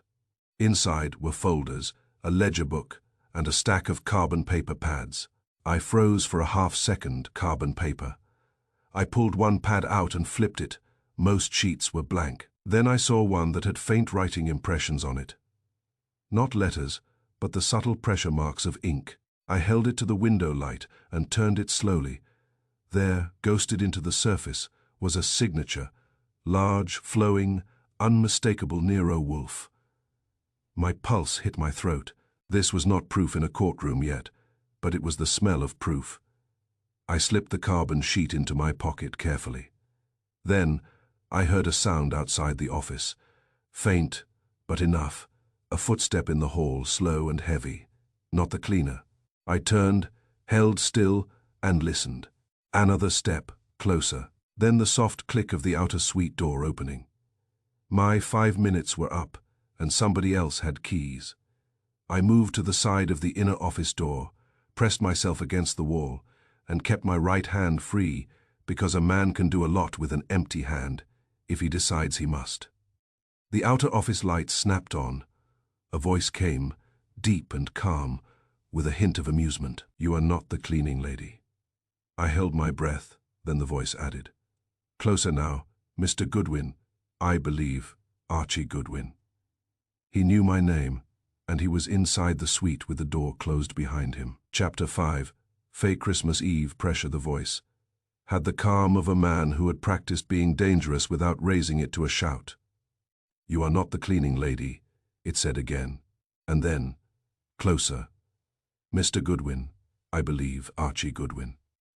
I stayed flat against the wall beside the inner office door, listening. The outer office was lit now, bright enough that the glass wall between the rooms would give me away if I moved wrong. Whoever had come in had turned on the lights because he wanted to see his work, or because he had nothing to hide. That was worse. I kept my own voice casual. "If you know my name, you already have the advantage. How about returning the favor?" "I have to be," I said. "My boss is slow." Footsteps crossed the outer office unhurried. A big man could be quiet if he cared, but this sounded like a man who did not need to care. He stopped at the glass wall. I could see his silhouette, not huge but solid, broad at the shoulders, coat still on. He said, "You should not steal from other men's desks." I said, "Other men should not keep my boss's signature on their desks." The silhouette tilted its head. "So you found the carbon?" "I found something," I said. "Maybe it is your hobby. Collecting signatures. It is an odd one." The man stepped to the inner office door. The knob turned. He opened it and came in. He was not Ransom Klein. That surprised me enough that I almost showed it, but I caught myself. The man was in his late 30s, maybe 40, with a broad face and a tight mouth that looked as if it had been trained to hold back opinions. His hair was dark, cut short, and his eyes were pale and very steady. He wore a heavy wool coat, expensive without being flashy, and he did not look like he had ridden the subway recently. I recognized him anyway, which made my stomach tighten. "Manny Sloan," I said. His mouth twitched. "You have a good memory." "I do," I said. "It is useful in my line." "Yours too, apparently." He had the same steady look he had worn earlier when I visited him on 9th Avenue, the look of a man who listens and calculates, and who does not say more than he must. Back then his office had smelled of cheap coffee and ambition. Now he stood in a Madison Avenue suite that belonged to Ransom Klein, and the air smelled of cigars and trouble. He said, "You should not be here," I said. "That is a popular opinion tonight." His eyes flicked to my pocket, where the carbon sheet rested like a razor blade. "Give it back." I smiled. "You are asking as if you have leverage." He took a slow step forward. He was not huge, but he was heavy in the right places, built like a man who could take a punch and then remember to charge you interest. "You have no idea what you are in," he said. "I have a fair idea," I replied. "It involves a dead man, a stolen paperweight, and my boss being offered as a Christmas present to the district attorney." His eyes narrowed at the word paperweight. He did not hide it well. "So that is what he used." "He," I repeated. Sloan did not answer that. He moved his right hand slightly, and I saw the glint of something, not a gun, which would have been too direct, but a small knife. "The kind that lives in a man's pocket as a habit," he said. "You are going to hand over what you took, and you are going to leave." I said, "If I do, will Mr. Bennett get up off the carpet and apologize for the mess?" Sloan's face tightened. "Do not make jokes." "I am paid to," I said. "Sometimes it keeps me from shaking." He took another step. I did not step back because behind me was the wall, and behind him was the door. The odds were not in my favor unless I changed them. So I did. I reached toward the desk as if I were going to put my hands on it, and in the same motion I grabbed the bronze lion ornament from the outer desk, the one that had no business being there except to look fierce. It was heavy enough to hurt and small enough to throw. I threw it. It did not hit Sloan in the head because he was not stupid. He jerked aside, and it smashed into the glass wall with a crack that sounded like a pistol shot. The cleaning lady in the hall yelped. Sloan swore and lunged. I met him halfway and drove my shoulder into his chest. He was heavier than I expected, and the impact jarred my teeth. His knife hand swung, and I twisted, feeling the blade skim my coat sleeve. I grabbed his wrist, clamped down, and shoved it toward the desk. He fought. Silent now, all concentration. His left hand came up, grabbed my tie, and yanked. For a second I saw stars and smelled cigar smoke. Then I did what Archie Goodwin does, when finesse fails. I need him. Hard. He grunted, bent, and his grip loosened. I ripped free, grabbed the desk lamp, and swung it like a club. It caught him on the shoulder. He staggered, cursed, and the knife clattered onto the floor. I kicked it under the desk. The cleaning lady screamed again, louder this time, and her voice carried down the hall. Doors would open. People would appear. Security would arrive. That was fine with me.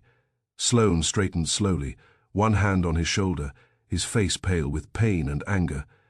He looked at me as if he was deciding whether to kill me anyway and pay the cost later. I said, "If you want to finish this, do it fast, because somebody is coming."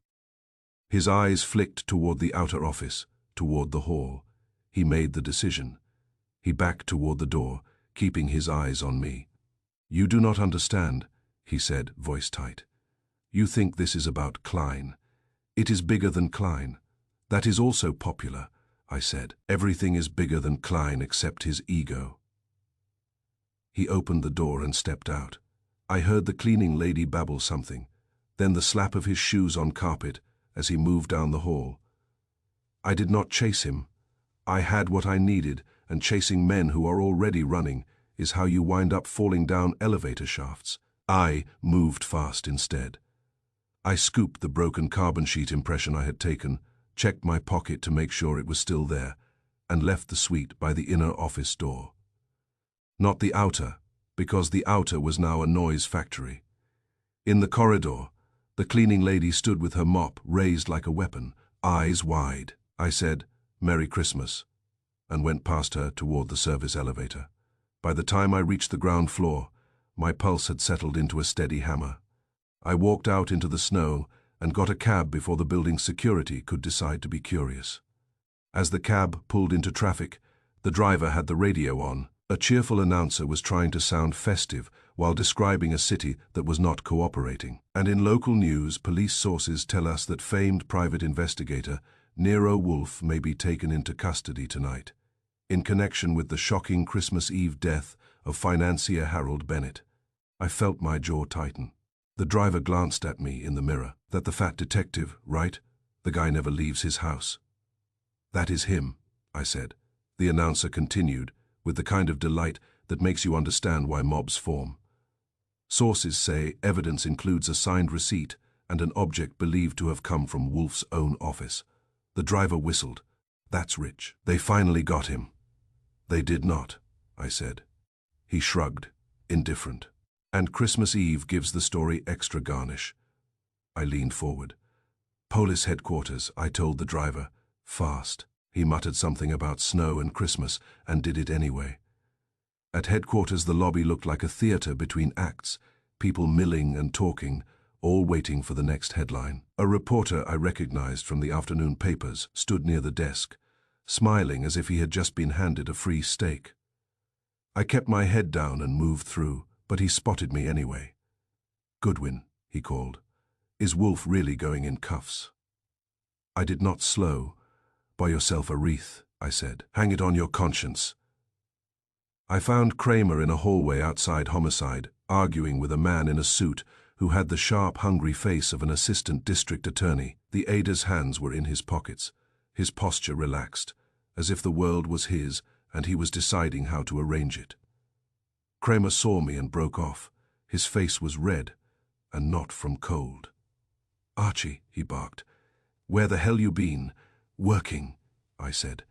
"And you have reporters in your lobby." "That ain't my choice," he snapped. He jerked his head toward a small office. "Get in here." We went in, and he shut the door hard enough to rattle the glass. He turned on me. "They got it on the radio," he said. "They got it in the papers. Somebody leaked it that Wolfe's going down tonight." "Did you leak it?" I asked. He glared. "Number.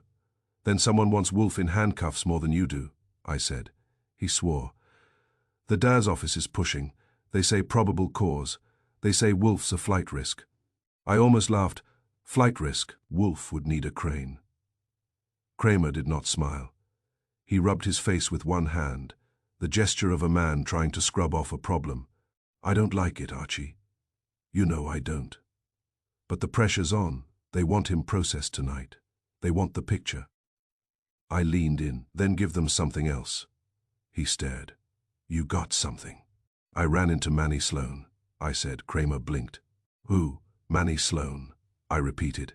"The consultant Wolfe asked me to check out today, the one I went to see. He is in Ransom Klein's office tonight, and he recognized me the moment he walked in." Kramer's eyes narrowed. "Why were you in Klein's office?" "Because your visitor log was not going to walk into my lap," I said, "and because I found something there, carbon paper with Wolfe's signature impression." Kramer's eyes widened. You got it. In my pocket, I said. Not because I like stealing, but because I like my boss not wearing handcuffs. Kramer's jaw worked. You broke into an office. I was invited by the janitorial department, I said. If you want to arrest somebody, start with management. He ignored that. Sloan was there. Yes, I said. He tried to get the carbon back. He had a knife. He did not get it. He ran. Kramer stared at me as if he was trying to decide whether to hug me or shoot me. Then he said, "Why would Sloan be mixed up with Klein?" That, I said, is what we need to ask him. Kramer swore again and paced once. All right, that helps, but it still ain't enough to keep the DA off Wolfe for long. It will if we connect it to Bennett, I said. Kramer stopped. Can you? Yes, I said. And no, I have motive access. And now a link to the lifted signature. But I need the missing ledger from Bennett's safe, and I need one more thing. Kramer's eyes narrowed. What? The truth about Bennett, I said. Not the clean public story, the dirty one. Kramer snorted. He was a big shot. He was a big shot with a fear of extortion, I said. Eldon Vale says Bennett kept a ledger of payments tied to Klein. I believe that ledger is real, but I also believe Bennett was doing more than paying off an extortionist. I think he was part of a fraud, and someone stood to gain from his death. Kramer's face tightened. Fraud how? I took a breath. Bennett was on boards. He had access to funds. He could move money through consulting fees, advisory retainers, risk assessments. Those are perfect because they are vague. A man like Bennett could drain money without anybody noticing until the year-end statements. Kramer stared. You got proof? Not yet, I said. But I can get it if you let me back into Bennett's office and his records. His secretary, Marla Kent, mentioned he came back from seeing Wolfe and his briefcase looked lighter. He kept checking it. Then he asked if anyone had been at his desk. That sounds like a man checking whether his own records are safe. Kramer's eyes narrowed, or whether his ledger's still there. Exactly, I said. Now if Bennett kept a ledger, and if someone like Klein wanted it, that explains the safe being open. But why frame Wolfe so hard? Why steal Wolfe's paperweight? Why bother with a transferred signature? Kramer said nothing. I answered anyway. Because the fraud is bigger than Bennett. If the police investigate Klein, they might find the ledger. If they investigate Wolfe instead, they waste time, and the people behind the fraud can clean up. Kramer's jaw clenched. So who else is behind it? I said. Manny Sloan, for one. Maybe not as the boss, but as a man who knows how to move quietly and make a disguise work. He is heavy enough to pass for Wolfe in a coat and scarf. He knows enough about Wolfe to count on something. Kramer frowned. Count on what?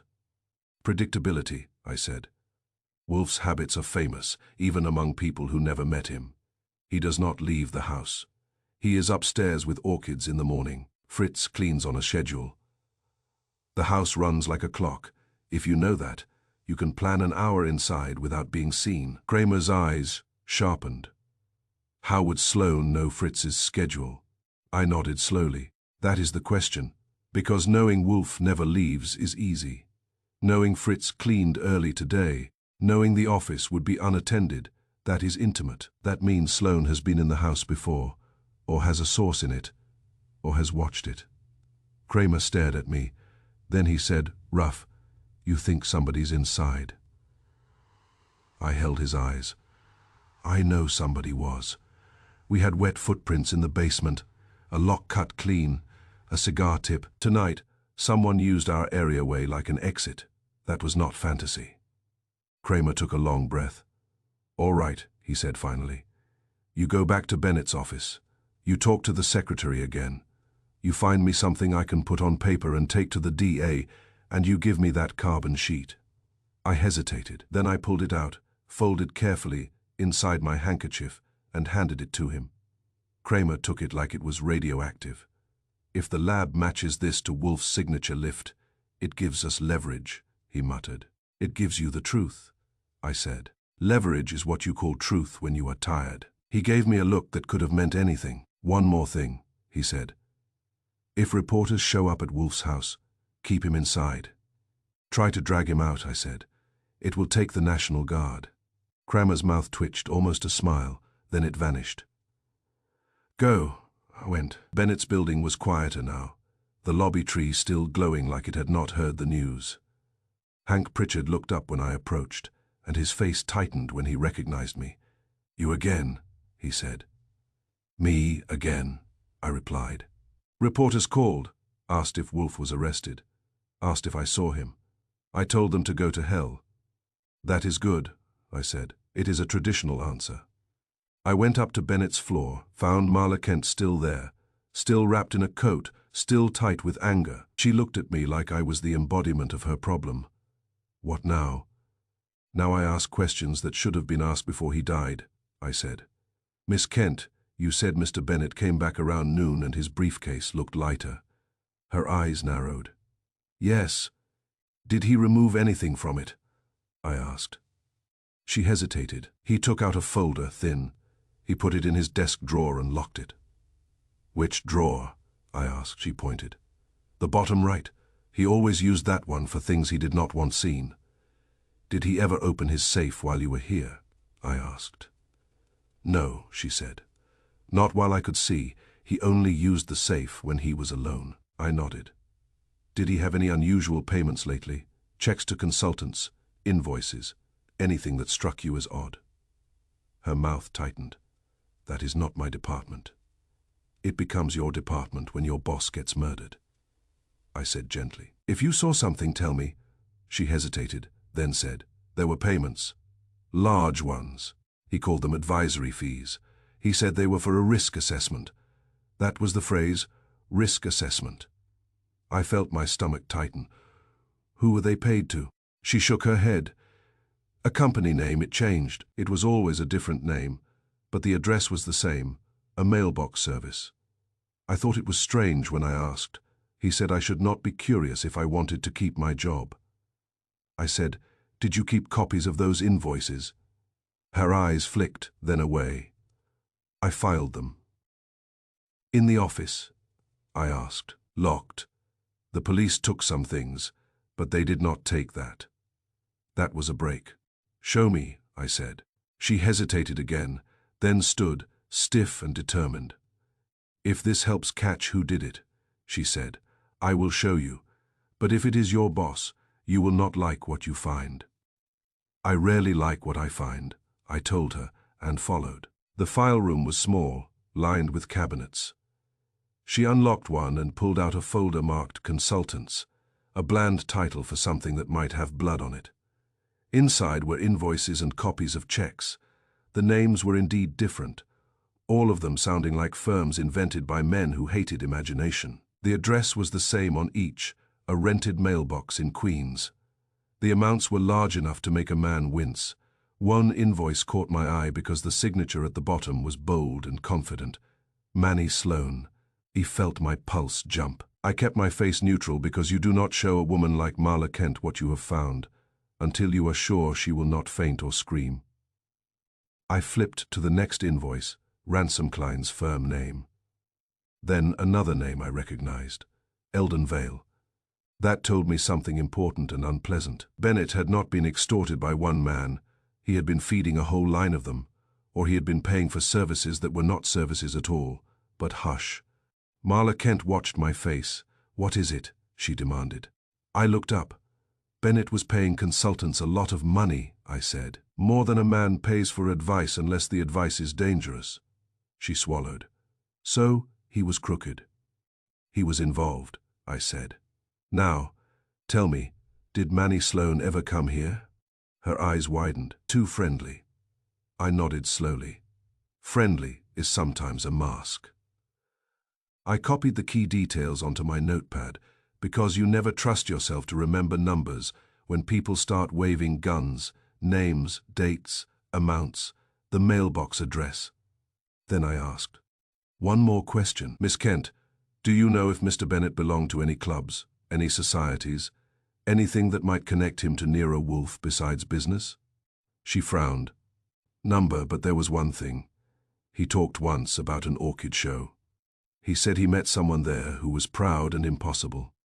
I felt a chill. When did he say that? 2 months ago, she said. He said he was glad he never had to deal with that man again. Wolfe at an orchid show. Bennett somewhere in the same orbit.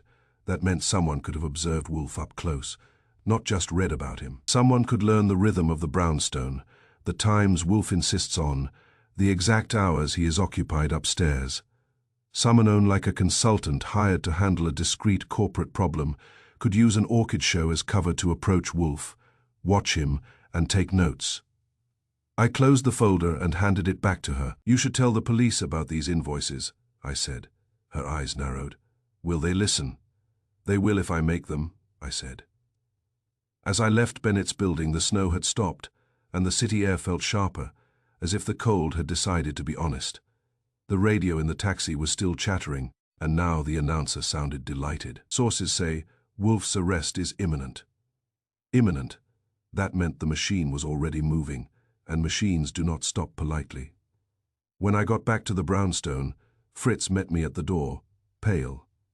Mr. Archie, he said urgently, there are men outside. We're porters, I asked. 2 reporters, Fritz said, and a policeman across the street watching. I took off my coat, handed it to Fritz, and went straight to the office. Wolfe was in his chair, calm on the surface, but his eyes were sharp, and I could tell he had been listening to the house the way Horstman listens to orchids. Well, he said, I told him everything, starting with Manny Sloan in Klein's suite and ending with the invoices in Bennett's files. When I said Sloan had tried to take back the carbon sheet, Wolfe's eyes narrowed with satisfaction. When I told him I had found invoices signed by Sloan, Wolfe's face hardened. So Bennett paid him. Yes, I said. Bennett paid Klein, Sloan, and Vale, all through a mailbox address, risk assessments, advisory fees. It smells like a fraud network, and Bennett was either the cow being milked or the farmer. Wolfe nodded once. And the trap?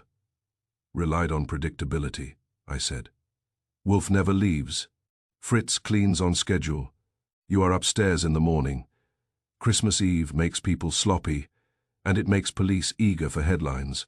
Whoever did this counted on the city wanting a story. Wolfe's mouth tightened. And on my being a convenient story. Yes, I said. Also, Sloan knew me. He walked into Klein's office and recognized me instantly. That means he has been paying attention to our operation, not just reading about it.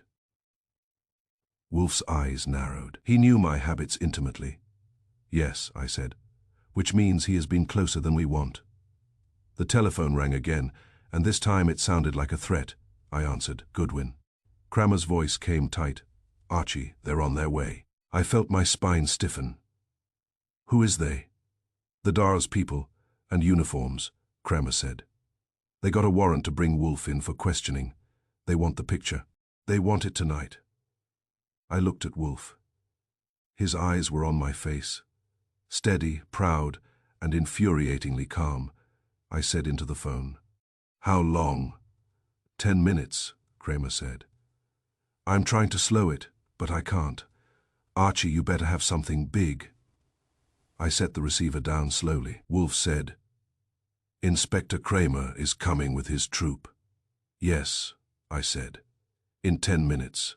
Wolfe's face did not change, but the air in the room went colder. Then we will receive them. I stared. Boss, they are bringing a warrant. I do not care, Wolfe said. This is my house.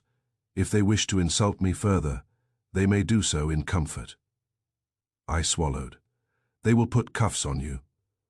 Wolfe's eyes flashed. They will attempt it. Attempt or succeed, it will be on the front page, I said.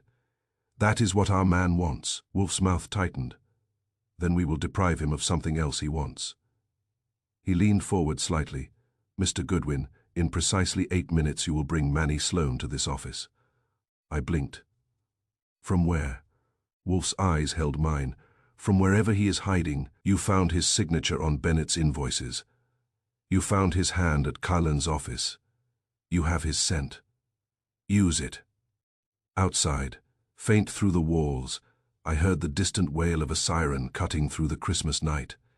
and it was getting closer. Chapter 6: Faye, the Missing Hour. If Wolfe tells you to drag a man to the brownstone in 8 minutes, you either develop wings or you change the subject. I chose the third option. I went to the kitchen. Fritz was there, rigid with worry, a dish towel in his hands that was getting wrung like a confession. When he saw my face, he started to speak, then stopped. "Fritz," I said, "this morning, before Bennett arrived, did you leave the house?" His eyes blinked fast. "Yes, Mr. Archie, for an errand." "What errand?" He hesitated, then pulled open the small drawer by the phone and produced a folded slip of paper. A message. It was on the hall table. It said the coupon from Mr. Dellinger was to be collected at once, and that you had forgotten to tell me. He handed it to me. It was written in blocky script meant to imitate haste. The phrasing was mine, almost. The spelling was not. The word coupon had an extra letter, the kind of mistake Fritz would never make, and I would only make if I had been hit on the head. I said, "What time did you go?" "A little before 10, Fritz replied. "I returned a little before 11. I was angry with you for forgetting, but then you were busy, and I did not say." Wolfe's voice came from the doorway. "Mr. Goodwin." I took the note into the office. Wolfe read it once, then again, his face unmoving. "This is not your hand," he said. "No," I agreed, "but it was meant to be close enough for Fritz." Wolfe's eyes narrowed. During that hour the house was deficient. "Deficient and convenient," I said. "You were upstairs. Horstman was upstairs. Fritz was out. I was in the front room on the phone, and I would have sworn nothing in this house could move without me hearing it." Wolfe leaned back, lids half lowered. "Proceed. When did you last see the paperweight?" "I did not," I said. "I never look at it. It is decoration until it is a weapon." Wolfe's voice was flat. "I saw it at breakfast. After that I did not. I have been punished for trusting my own furniture." He closed his eyes for a moment, then began to speak as if reading from a ledger. "Horstman came down at 9:15 for water. Fritz was in the office at 9:20. He moved objects. He then found this message, believed it, and departed. At 10:20 Bennett arrived. He left at 10:53. Fritz saw him leave. Therefore Fritz returned before that moment. During the interval after Bennett's departure, I heard my drawer. That tells us the intruder was still here." I nodded. "And only one visitor remains unobserved. The man who did not come through the front door while Fritz was at post, because Fritz was not at post." Wolfe's eyes opened. "Mr. Sloane." "Or Klein," I said. "But the man I met tonight is the one who knows our rhythm. He knew me on sight. He knew where Klein keeps carbon. He knew how to play Wolfe like a puppet." Wolfe's mouth tightened. "He borrowed my presence." "Literally," I said, and went to the hall closet. Wolfe's heavy winter coat still hung there, but the scarf beside it was twisted, not in Fritz's neat fold. I lifted it and found a small smear of street grit on the fringe. I brought it in and laid it on my desk. "Someone wore it." Wolfe stared at the scarf as if it had insulted him. "So he took my coat and my signature and my paperweight. And," I added, "maybe my car keys." That traffic cop did not hallucinate a license plate. The doorbell rang hard, and the sound carried through the house like a verdict. From outside came the murmur of voices, and then the click of a camera shutter. Someone was already selling the moment. Wolfe's eyes lifted to mine. "They have come." I folded the forged note and tucked it into my pocket. "Then we make sure they do not leave with you." Wolfe's voice was calm, almost pleased. "Mr. Goodwin, open the door and be prepared to receive our guest, whoever he is, as if Christmas were still a civil occasion." Chapter 7. Faye Wolfe reclaims the office when I opened the front door. I did not see Kramer first. I saw the cameras. They were clustered at the curb like birds that had smelled something dead. 2 reporters stood with collars up and faces bright with the kind of cheer you get when trouble belongs to someone else. A flash bulb popped, even though it was still snowing, and the light reflected off the wet steps, as if the house itself had been photographed for evidence. Kramer came up behind the glare, shoulders hunched, hat brim low, looking as though he had been drafted into a parade he despised. 2 uniforms flanked him. Across the street, a car idled with another pair of men inside. Watching, Kramer's eyes met mine.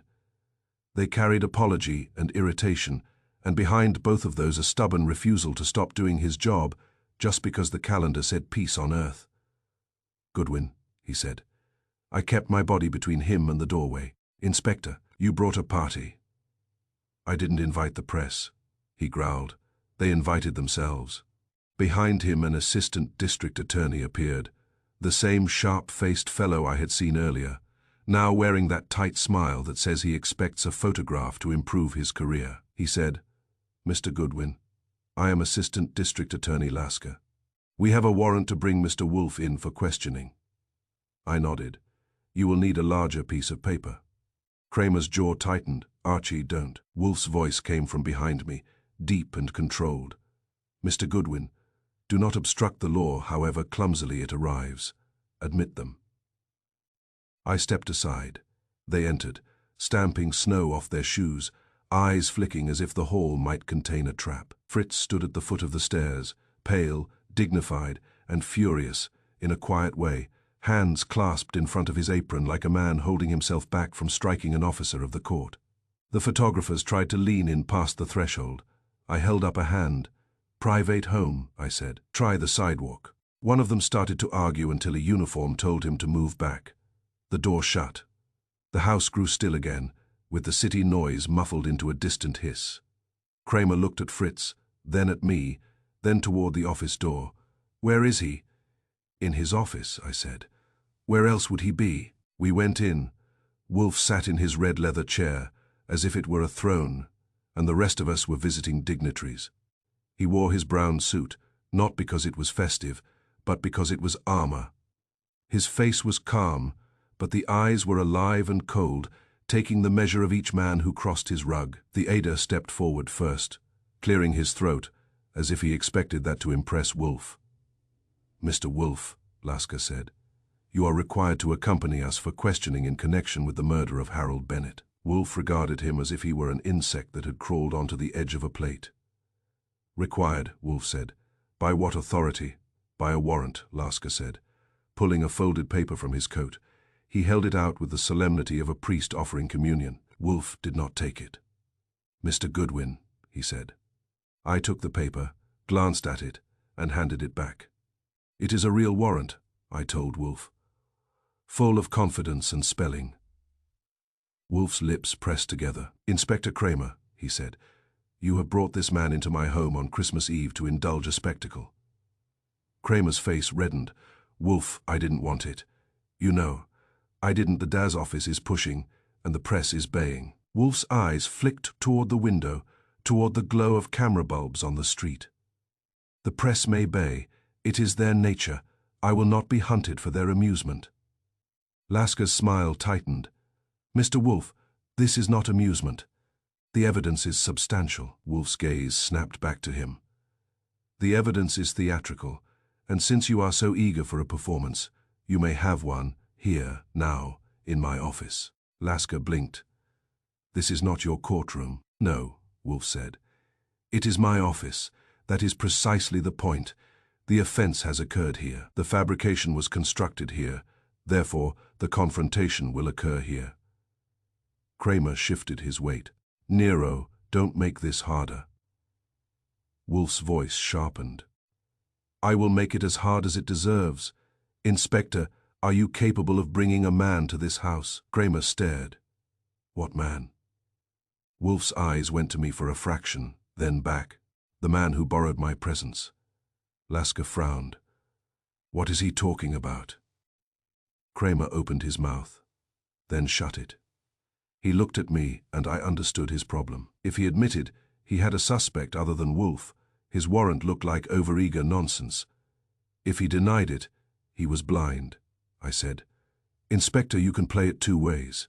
Either you haul Wolfe out in cuffs for the cameras and regret it for the rest of your career, or you bring the man who framed him into this room and watch Wolfe strip him down to the truth. Your choice." Kramer's eyes held mine, hard. Then he said, You got a name?" Wolfe answered for him. "Manny Sloane," Lasker snorted. "This is absurd. Are we supposed to stop an arrest because Mr. Wolfe names a scapegoat?" Wolfe's head turned slowly. Scapegoat. An interesting word from a man who came here with a warrant in search of a photograph. Lasker bristled. "Mr. Wolfe, you are under suspicion for murder. A receipt bearing your signature was found in the victim's hand. An object from your office was used as a weapon. Witnesses report threats. A car registered to you was seen at the building." Wolfe's eyes narrowed. "Yes, evidence too neat. An arrangement for simple minds." Kramer lifted a hand. Weary. "All right, enough. Wolfe, you're coming in." Wolfe did not move. He did not raise his voice. He said, "Inspector, you will bring Mr. Sloane here." Kramer stared. "I don't have him." "You will," Wolfe said. Kramer's jaw clenched. "You think you can order me around?" "No," Wolfe replied. "I think you are tired of being used, and you will seize an opportunity to cease being a fool. Mr. Goodwin has supplied you with a carbon sheet bearing the impression of my signature, recovered from Mr. Klein's office.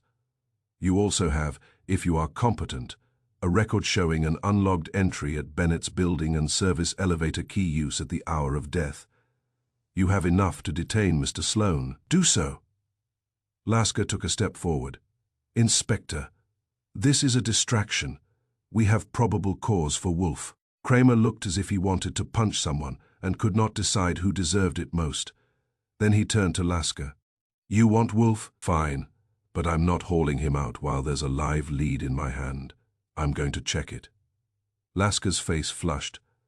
"You do not have that discretion." Kramer's voice got rough. "Watch me." For a second the room held its breath. Wolfe sat still. Serene now, because he had forced the fight onto ground, he understood. Lasker opened his mouth, then closed it. He was calculating the optics. In the end, optics always win with men like him. "All right," Lasker said sharply. "You have 1 hour. If you fail to produce this Manny Sloane, Wolfe comes in." Wolfe inclined his head a fraction. "An hour is generous for you." Kramer shot me a look. "Goodwin, where do I find him?" I did not hesitate. "He was in Klein's office on Madison tonight. He left fast. He likely has a bolt hole. His own place is on 9th Avenue. Start there. If he is not there, check his office. And Inspector, he is heavy enough to resemble Wolfe in a coat and scarf. He wants you to think that is coincidence. It is not." Kramer turned on his heel and strode out, with a uniform and a detective following. Lasker stood stiff, furious at being delayed, then stepped aside to a chair in the corner like a man forced to wait for his own dinner. Wolfe looked at me. "Mr. Goodwin, you will bring me the scarf." I went to the hall closet, took the scarf with its smear of grit, and returned. Wolfe held it with 2 fingers, examined the fringe, and laid it carefully on his desk blotter, as if it were a specimen. Then he said, "Fritz." Fritz appeared at the office door at once, eyes steady. Wolfe's tone softened barely. "Bring coffee." Fritz hesitated, glanced at the uniform in the hall, then nodded. "Yes, sir." Lasker's face tightened. "You are making coffee while a murder investigation is underway." Wolfe looked at him. "I am maintaining civilization." The wait was not long, but it was dense. Wolfe sat without fidgeting, which is his way of showing contempt for time. I sat at my desk and listened to the house. Upstairs, horsemen moved, faint, as if the orchids were whispering, and he was answering them. Fritz brought coffee, set it down, and withdrew like a man who had done his duty to the only authority he respected. Outside, the flashes kept popping bright through the curtains, like a storm trying to get in. Wolfe lifted his cup and sipped. Lasker watched him as if he expected the coffee to contain a confession. Then, just before the hour was up, the doorbell rang again, and the sound this time was different. It had weight. It had certainty. I went to the door. Kramer stood there. Snow on his shoulders, jaw set. Beside him were 2 detectives, and between them, hands cuffed in front, coat collar up, eyes pale and steady, was Manny Sloane. He looked at me, and his mouth twitched as if he might smile. "Good evening," he said quietly. I stepped back. Come in, I said. Christmas is a season for guests. Kramer grunted. Don't start. We moved into the office, and when Sloane saw Wolfe, something in his expression tightened. It was the smallest shift, but Wolfe's eyes caught it the way a hawk catches a mouse. Wolfe remained seated. He did not rise for a man in handcuffs. Mr. Sloane, Wolfe said, you have been inside my home today. Sloane's gaze met Wolfe's. No, sir. Wolfe's eyes narrowed, but his tone stayed even. I admire a man who lies calmly. It suggests practice.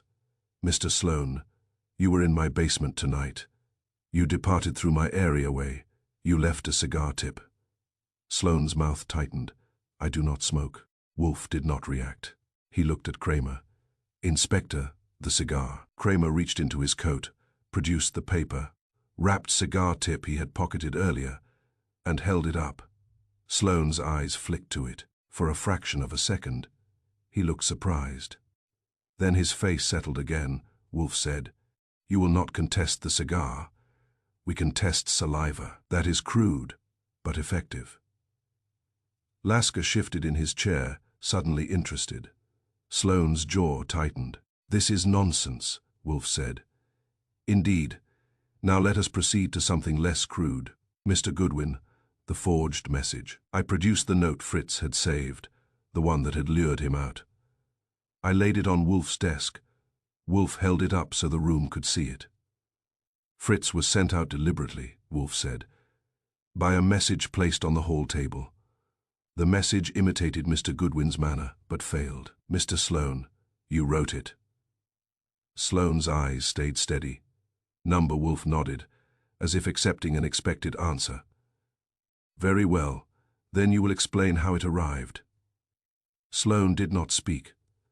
Wolfe lowered the note and continued, voice calm, precise, merciless. During the hour Fritz was absent, my office was unattended. I was upstairs. Mr. Horstman was upstairs. Mr. Goodwin was in the front room. That hour is unaccounted for. During that hour, the bronze paperweight from my desk vanished. Sloane's eyes flicked, almost imperceptible, toward the empty space on Wolfe's desk. Wolfe saw it. Yes, he said softly. You recognize it because you carried it. Kramer's face was tight. He looked uncomfortable, but also relieved, as if the burden of believing Wolfe guilty had been making his spine ache. Wolfe went on. Now we arrive at the receipt. A receipt bearing my signature was found in the victim's hand. The paper is mine. The ink is mine. The signature is mine. Yet I did not write it for that purpose. The laboratory reports traces of adhesive and transfer distortion. That means my signature was lifted and placed. Sloane's expression did not change. Wolfe looked at Kramer. Inspector, do you have the carbon sheet Mr. Goodwin recovered from Mr. Klein's office? Kramer's jaw tightened. He reached into his coat and produced an evidence envelope. He handed it to Wolfe, who did not open it, but held it as if he could feel the truth through paper. Mr. Sloane, Wolfe said, you were in Mr. Klein's office tonight. Sloane's eyes met Wolfe's steady. Number Wolfe's lips pressed together. You are persistent. I said, I was there, Manny. You walked in, turned on the lights, and greeted me by name. Then you pulled a knife. Sloane's gaze flicked to me, then back to Wolfe. You broke in, he said quietly. I have poor manners when my boss is being framed, I replied. Wolfe lifted his hand slightly, silencing us. Mr. Sloane, you may continue to deny, but denial is not defense. It is merely delay. He turned his head toward the scarf on his blotter. This scarf belongs to me. It was in my hall closet. It bears street grit on the fringe. Fritz did not carry it outdoors. Mr. Goodwin did not. I did not. Therefore, someone wore it. Sloane's mouth tightened again. He glanced at the scarf, then away. Wolfe's voice was quiet now, like a blade sliding free. You wore it. No, Sloane said, and his voice was less firm than before. Wolfe nodded once. Observe, gentlemen. The lie is weakening. Now we proceed to the impersonation. Wolfe said, A witness at Bennett's building reported a large man in a dark coat and scarf, hat low, walking with authority. The building guard assumed it was me. The guard did not require him to sign in. That was intentional. The disguise relied on my size, my reputation, and the ease with which the imagination supplies details. He looked directly at Sloane. You are heavy enough to suggest my outline. You are disciplined enough to move as if you expect obedience, and you are familiar enough with my habits to know I would not appear there, which makes the disguise safe. Who will contradict a sighting of a man who never leaves his house? The contradiction itself becomes news. Sloane's eyes narrowed. You are making a story. Wolfe's voice. Cut. Number, you made the story. I am correcting it. He leaned forward slightly. You wished me arrested on Christmas Eve. Sloane's lips thinned. Why would I care about your holiday? Wolfe's gaze stayed steady. Because the timing amplifies humiliation. Because the press is hungry. Because the police are tired and eager to conclude. Because public opinion delights in toppling a legend. You chose the date for its noise. Sloane's face hardened, but the calm was fraying at the edges. Wolfe said, now motive.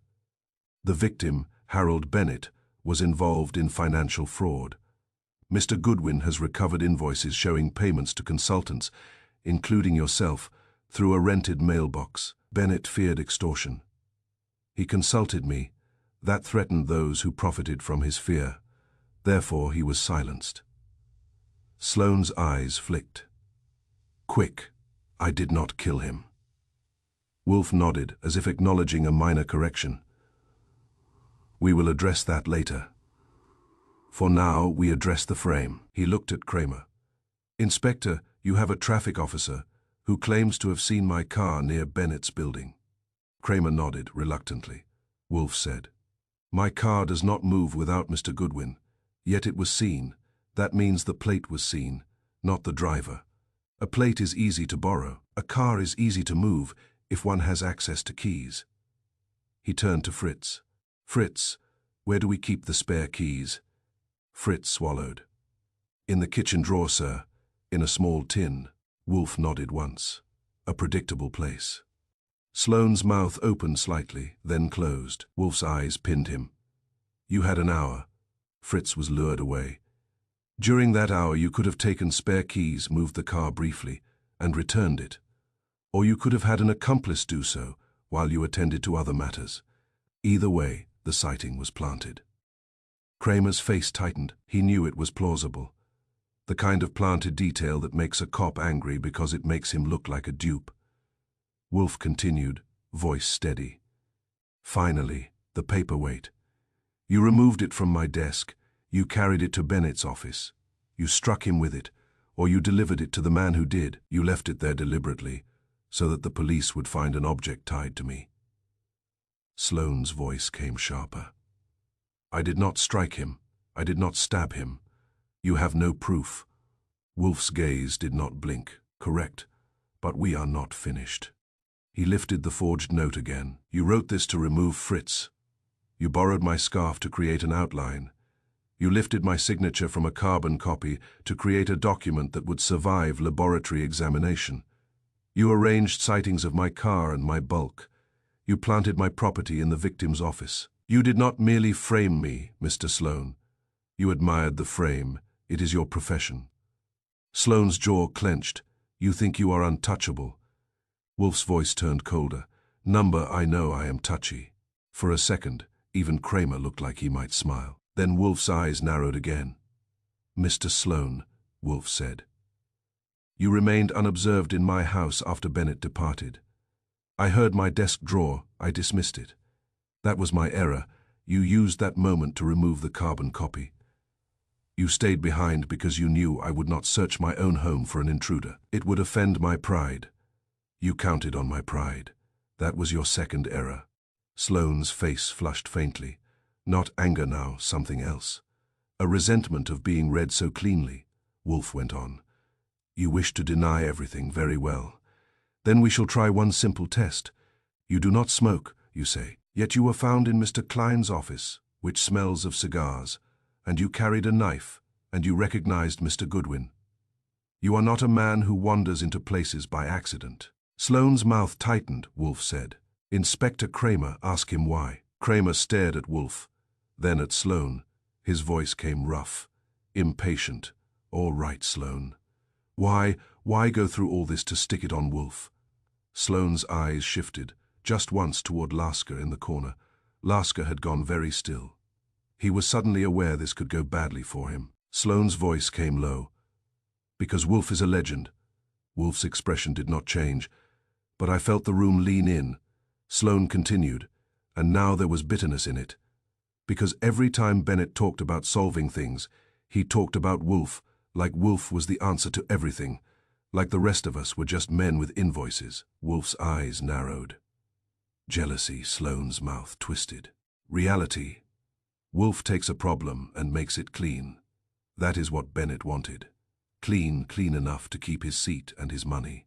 Clean enough to pretend he was still respectable. Kramer's face tightened. So you framed Wolfe because your client went to him. Sloane looked at Kramer as if he were slow. I framed Wolfe because it would work? Because the public loves watching a proud man fall? Because the police love a big name? Because the Day loves a headline? Lasker jerked as if struck. That is an outrageous accusation. Sloane's eyes cut to him. You came here on Christmas Eve with a warrant, did you not? Because you wanted the picture. Lasker's face went red. Wolfe's voice cut in. Calm again, proceed. Mr. Sloane, you have confessed to motive, now confess to method. Sloane's shoulders rose and fell once. He looked suddenly tired, as if the logic had squeezed the fight out of him. All right, he said quietly. Yes, I did it. The frame, not the murder. Kramer's breath hissed through his teeth. You did what? Sloane said. I borrowed Wolfe's presence. I used his coat and scarf. I used his signature. I made it so when Bennett died, everyone would see Wolfe's shadow over the body. Wolfe's eyes stayed fixed on him and the forged message. Sloane nodded. I left it for the cook. I knew he would go. I knew the house would have a gap. Wolfe's house runs like a schedule. That is its weakness. Fritz made a small sound, offended, and I wanted to pat him on the shoulder, but I did not dare move. Wolfe said, The carbon copy. Sloane's mouth tightened. I took it. I lifted the signature. I did it clean. Bennett needed to believe the receipt was real, and the police needed to believe it even more. Kramer's face was grim. And the paperweight Sloane swallowed? I took it from Wolfe's desk during the hour. I delivered it. Delivered it to whom? Wolfe asked, voice sharp now. Sloane hesitated. Wolfe leaned forward slightly. Mr. Sloane, do not retreat into vagueness now. You are already ruined. Be precise. Sloane's eyes flicked to the floor. Klein. The name hit the room like a fist. Kramer's jaw tightened. Lasker stiffened. Wolfe's eyes narrowed. Ransom Klein. Sloane nodded once. He wanted Bennett stopped. He wanted the ledger. He wanted Wolfe out of the way. He said, framing Wolfe would buy time. He said the city would cheer. Kramer's voice came rough. So you admit you worked with Klein? Sloane's mouth twisted. I worked for money. Bennett paid. Klein paid more. Bennett thought Wolfe would make him clean. Klein wanted him dead. Wolfe's voice was colder than the snow outside. And you wished me arrested. Sloane lifted his chin, stubborn even now. Yes, on Christmas Eve. Because it would stick, because it would be remembered. Wolfe sat back slowly. As if the conclusion had been drawn and filed. Inspector Kramer, he said, you have your confession of framing. Kramer's face was tight, unhappy. Yeah, I got that. Wolfe's eyes sharpened again. Then we are not finished. Kramer frowned.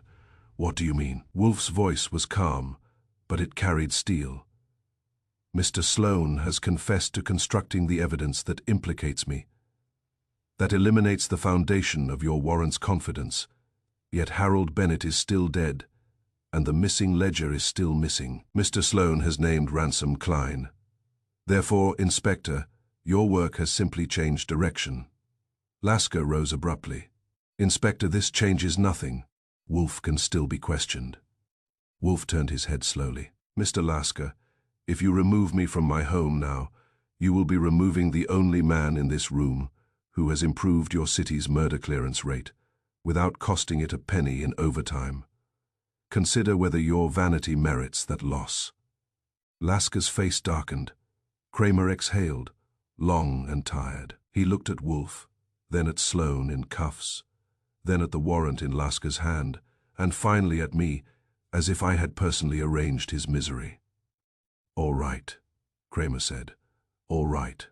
The warrant can wait. For now, I got this one." He jerked his head at Sloane. "We're taking him in." Sloane's eyes met mine as the detectives moved him toward the door. His expression was flat, but there was something behind it, a warning. As he passed the desk, he spoke, low enough that only I and Wolfe could hear. "You think you stopped it?" he said. "You just moved it." Then he was out of the office, out of the hall, and down the steps into the flashbulbs, waiting outside. I watched from the window a moment. The cameras went wild. The reporters shouted. The story changed shape in real time, and none of them cared what the shape meant. Behind me, Wolfe's voice came quiet. "Mr. Goodwin." I turned. Wolfe's eyes were fixed on the scarf, on the forged note, on the invisible lines connecting them to a dead man and a missing ledger. "He says we moved it," I told Wolfe. Wolfe nodded once. "Yes, because now the killer knows we are capable of disturbing his plan." I felt a chill, not from snow. "Boss," Sloane says, "Klein wanted the ledger." Wolfe's gaze hardened. "Then the ledger is the key. It will reveal the true motive, the true beneficiary, and the true killer. And Klein will not sit still while we look for it," I said. Wolfe's mouth tightened into something very close to satisfaction. "Then we will ensure he does not sit comfortably." The telephone rang. "Sharp," I answered. Kramer's voice came through, strained by distance and noise. "Archie, you better get ready. The press is screaming that Wolfe scared us off, and Lasker's mad enough to eat nails. Also, Sloane just asked for a lawyer, and he said one more thing." My grip tightened. "What?" Kramer's voice dropped. "He says Bennett's ledger was not taken from the safe after the murder. It was removed before Bennett ever came back from seeing Wolfe." I stared at the receiver. Before Bennett came back. That meant the ledger might have been lifted while Bennett was out of his office, which meant the killer had planned farther ahead than we had admitted. I looked at Wolfe. His eyes were already on my face, reading it. I said into the phone, "Did Sloane say who removed it?" Kramer's voice was grim. He just smiled and said, "Ask the man who knows Wolfe's habits best." The line went dead. I stood there a moment, feeling the hook sink in again.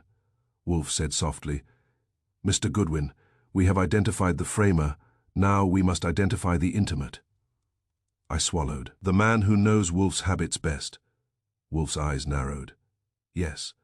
And in the sudden quiet of the office, with the flashbulbs still flaring outside like lightning, I realized the nastiest possibility of all. If someone knew Wolfe's habits better than a rival consultant, then someone had been watching this house for a long time, from closer than the street. Chapter 8 Fee and Apology returned. If you want to see how fast public opinion can change direction, stand in a doorway while reporters shout questions and a policeman drags the wrong man away. From the front window I watched Manny Sloane get loaded into a car, his cuffed hands held up as if he were already posing for tomorrow's front page. Flashbulbs popped. A voice yelled, "Is Wolfe cleared?" Another voice yelled, "Is this a cover? Up!" A third yelled something about Christmas spirit that sounded like a threat. Then the cars pulled away, and the street went back to its quiet, with snow falling in a soft, steady drift that made the whole scene look cleaner than it was. Inside, the brownstone felt bruised. Fritz had latched the door as if it might be attacked again. Horstman moved upstairs, a faint shuffle keeping to his orchids, as if plants were safer than men. In the office, Wolfe sat in his red leather chair, with his hands on the arms composed, but his eyes were alive with the kind of cold anger that does not need shouting. I stood by my desk with the receiver still in my hand, listening to the dial tone after Kramer's call. Sloane's parting message kept echoing in my head. Bennett's ledger removed before Bennett came back from seeing Wolfe. Ask the man who knows Wolfe's habits best. I set the receiver down and looked at Wolfe. That last line, I said. It could mean anything from a partner to a spy to a jealous admirer. Wolfe's mouth tightened. It means a man who studied me. Klein, I said. Wolfe nodded once. Ransom Klein, he deals in leverage. Leverage requires anticipation. He would not rely on chance. He would rely on routine. And on Christmas, I said. Yes, Wolfe replied. Because the city is distracted, because police and newspapers crave a simple villain, because a man who prefers comfort appears weak under the weight of public spectacle. I glanced toward the window again. The camera flashes had faded, but there were still silhouettes on the sidewalk, waiting for the next act. I said, all right, Sloane confessed to framing, not murder. He says he delivered the paperweight to Klein. That puts Klein close enough to strike, but Kramer needs more than a name and a theory. Wolfe's eyes narrowed. Then we will provide him with a conclusion he can carry in his hands. That is not how conclusions usually come, I said. It is how they should, Wolfe snapped. Then settled, controlling himself. Mr. Goodwin, Mr. Sloane's confession removes the foundation beneath the district attorney's vanity.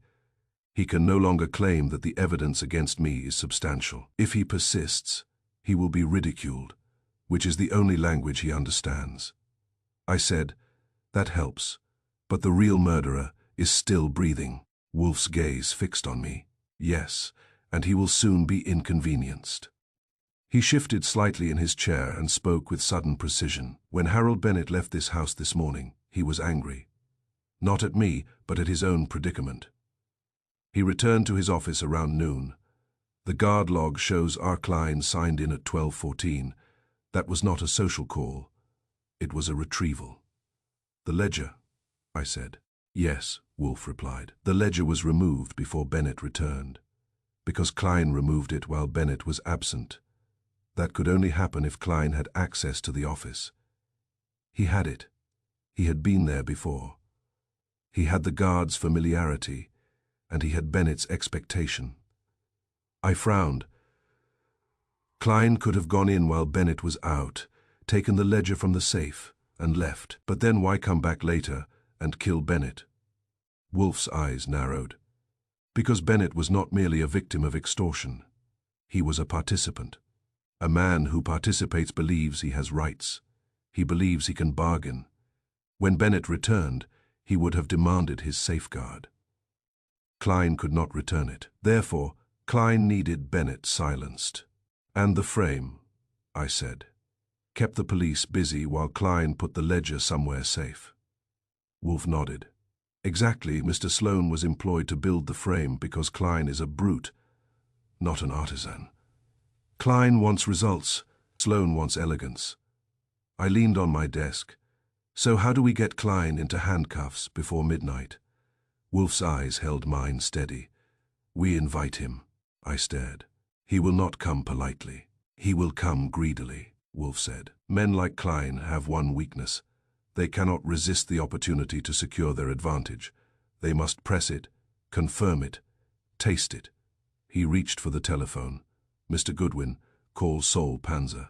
I did, Saul answered with his usual calm, which always sounds as if he has already solved your problem and is waiting for you to catch up, I said. Saul, I need an address and a movement. For whom? He asked. Ransom Klein, I told him. There was a pause. Then Saul said, I can do it. Fast, I said. I will, he replied, and hung up. Wolfe took the receiver from me and dialed another number, one I recognized. He was calling the precinct, and this time when Kramer answered, his voice sounded tired enough to break. What now? Kramer demanded. Wolfe's voice was smooth. Inspector, I congratulate you on the speed with which you corrected your error. Now I require speed again, Kramer growled. Wolfe, don't start. Wolfe did not flinch. You have a confession from Manny Sloan that he framed me. You have evidence that my signature was lifted. You have a forged message used to remove Fritz from my house. You have a log that places Ransom Klein in Bennett's building at noon, and you have a service elevator key record during the approximate time of death. You also have Mr. Sloan naming Klein as the recipient of the stolen paperweight. It is sufficient for an arrest.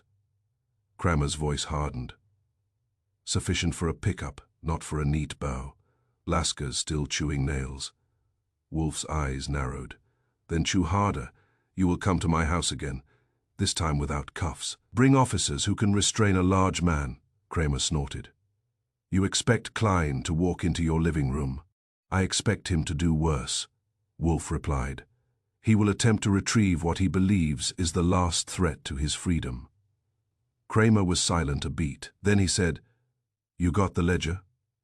No, Wolfe said calmly. But Klein believes I might. You're baiting him, Kramer said. I am inviting him, Wolfe corrected.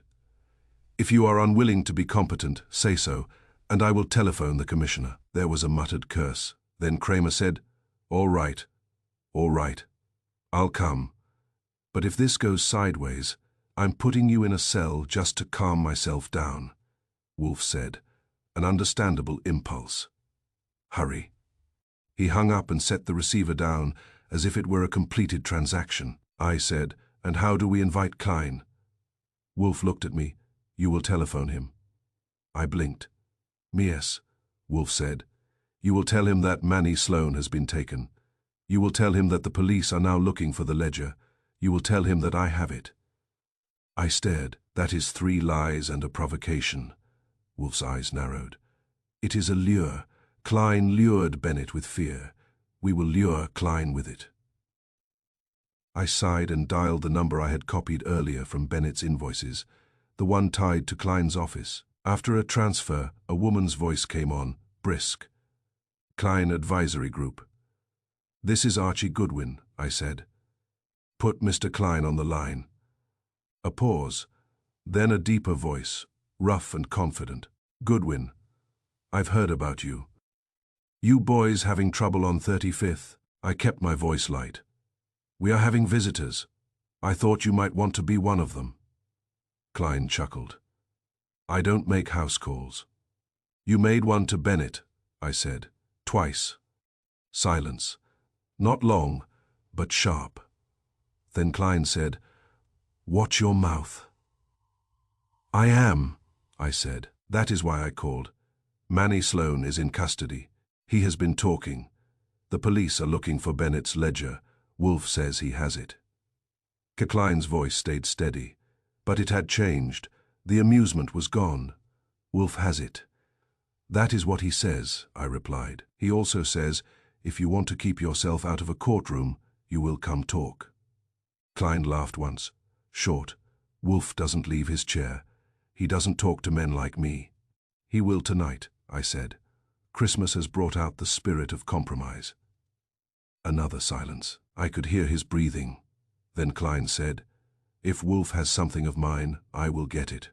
I will tell him you are coming, I said. Front door. Try not to bring cameras. The line went dead. I set the receiver down and exhaled. My palms were damp. Wolfe's eyes were fixed on my face. He will come, yes, I said. He sounded like a man who wants to chew nails and will settle for chewing us. Good, Wolfe said. Now we wait, and we observe. Waiting with Wolfe is an education in insult. He does it as if time belongs to him and the rest of the world has borrowed it. Fritz brought coffee again without being asked, because Fritz knows that the best defense against chaos is proper service. Wolfe sipped, I paced. Outside, the snow kept falling, quiet, steady, as if New York had decided to hush itself for the sake of the holiday.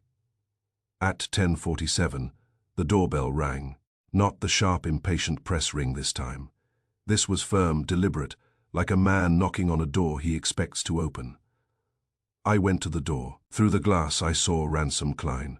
He was bigger than his photographs, thick through the shoulders, with a heavy face and small eyes that looked like they enjoyed corners. A cigar was jammed in the side of his mouth, chewed down like it had offended him. His coat was dark, and his scarf was pulled high, not for cold, but for concealment. Behind him, across the street, Kramer's car eased to the curb with its lights off. Two men in plain clothes moved inside it like shadows.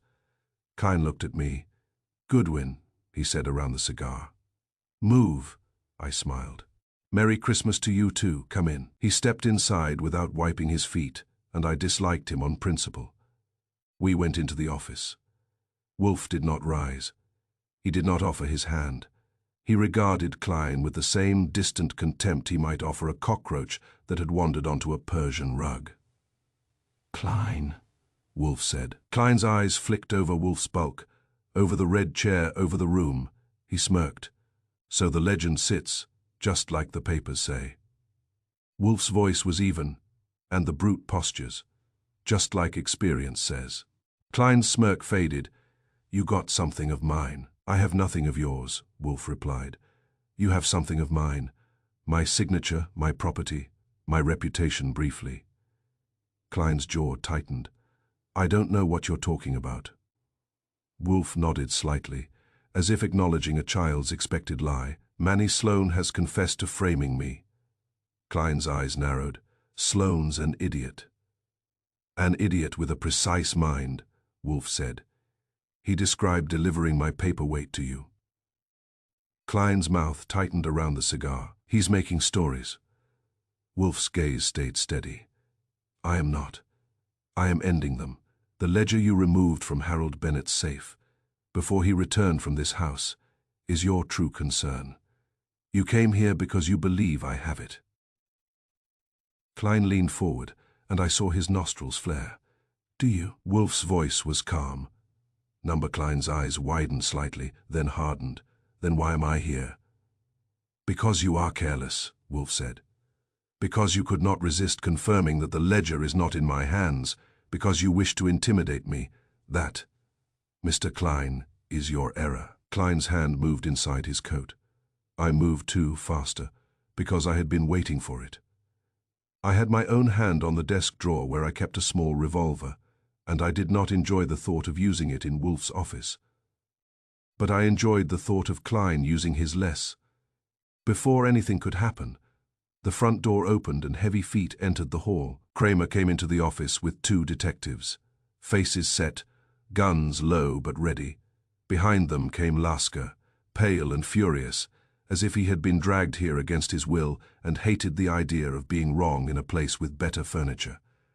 Kramer's voice was hard. "Ransom, Klein. You're under arrest." Klein froze for a fraction, then his face twisted. "For what?" Kramer stepped closer. "For the murder of Harold Bennett, for tampering with evidence, for conspiring to frame Nero Wolfe." Klein barked a laugh.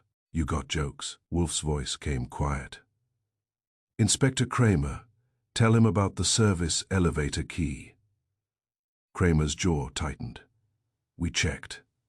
The key log at Bennett's building shows the service elevator was used up and down during the time of death. The guard says the key went missing for 10 minutes. Guess whose prints are on the key ring? Klein's eyes flicked. Fast, then back. He chewed the cigar harder, and for the first time he looked uncertain. Wolfe added, "And there is the matter of the cigar tip in my basement. Saliva is very personal, Mr. Klein."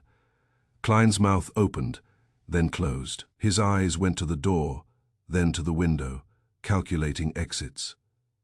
There were none he liked. Kramer nodded to the detectives. They moved in, fast, professional. Klein tried to jerk away, but his bulk did not help him when two men had leverage and purpose.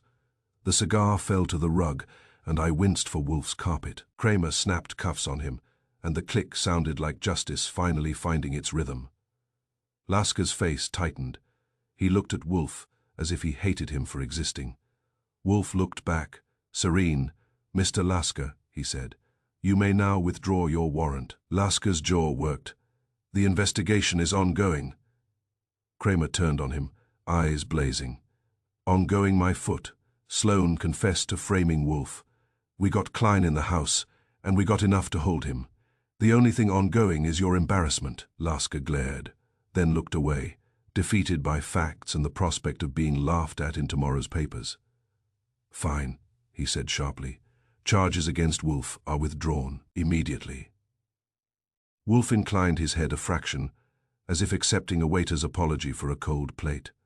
Klein was dragged toward the hall, swearing now, voice thick with rage. As he passed the desk, he spat. "You think this ends it?" Wolfe's eyes were cold. "It ends your freedom, at least temporarily." The detectives hauled Klein out. The house seemed to exhale, as if it had been holding its breath since dinner. Kramer lingered in the doorway, hat in his hands. He looked tired, older than he had at 9 o'clock. The snow outside had dampened his coat and his mood. He cleared his throat. "Wolfe?" "Yes," Wolfe said. Kramer's face reddened, but his eyes were straight. "I'm sorry." Wolfe's brows rose slightly. "Again." Kramer gave a small grim nod. "Yeah, this time without cuffs." Wolfe regarded him a moment, then said, "Accepted, but do not repeat the mistake. It bores me." Kramer almost smiled, then remembered he was a policeman, and scowled instead. He glanced at me. "Good work, Archie." "Thanks," I said. "Try not to let the press turn you into a villain tonight." "They'll try," Kramer muttered. "But I got a murderer in cuffs. That helps." He turned to go, then hesitated. Wolfe about the ledger. Wolfe's eyes narrowed. "It will appear. Men like Bennett always arrange for their own protection, and men like Klein always make a mistake while trying to steal it. When it surfaces, you will follow it, and you will be unpleasant." Kramer grunted. "That I can do." He left. The front door closed.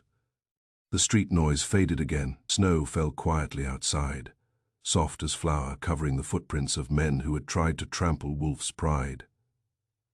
Wolfe sat back fully in his chair, the tension easing from his shoulders as if he had reclaimed the room by simply occupying it. He picked up his book, then set it down again, as if reading suddenly seemed less urgent than savoring the return of order. Fritz appeared at the office door, his face composed again, dignity restored. "Dinner is served," he said.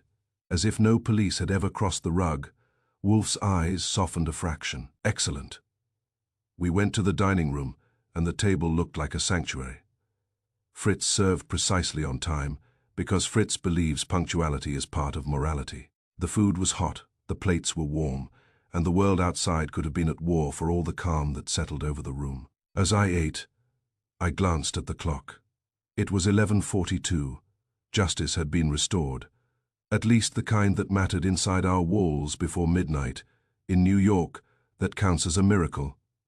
Outside, the snow kept falling quiet and steady. Christmas, barely, was saved.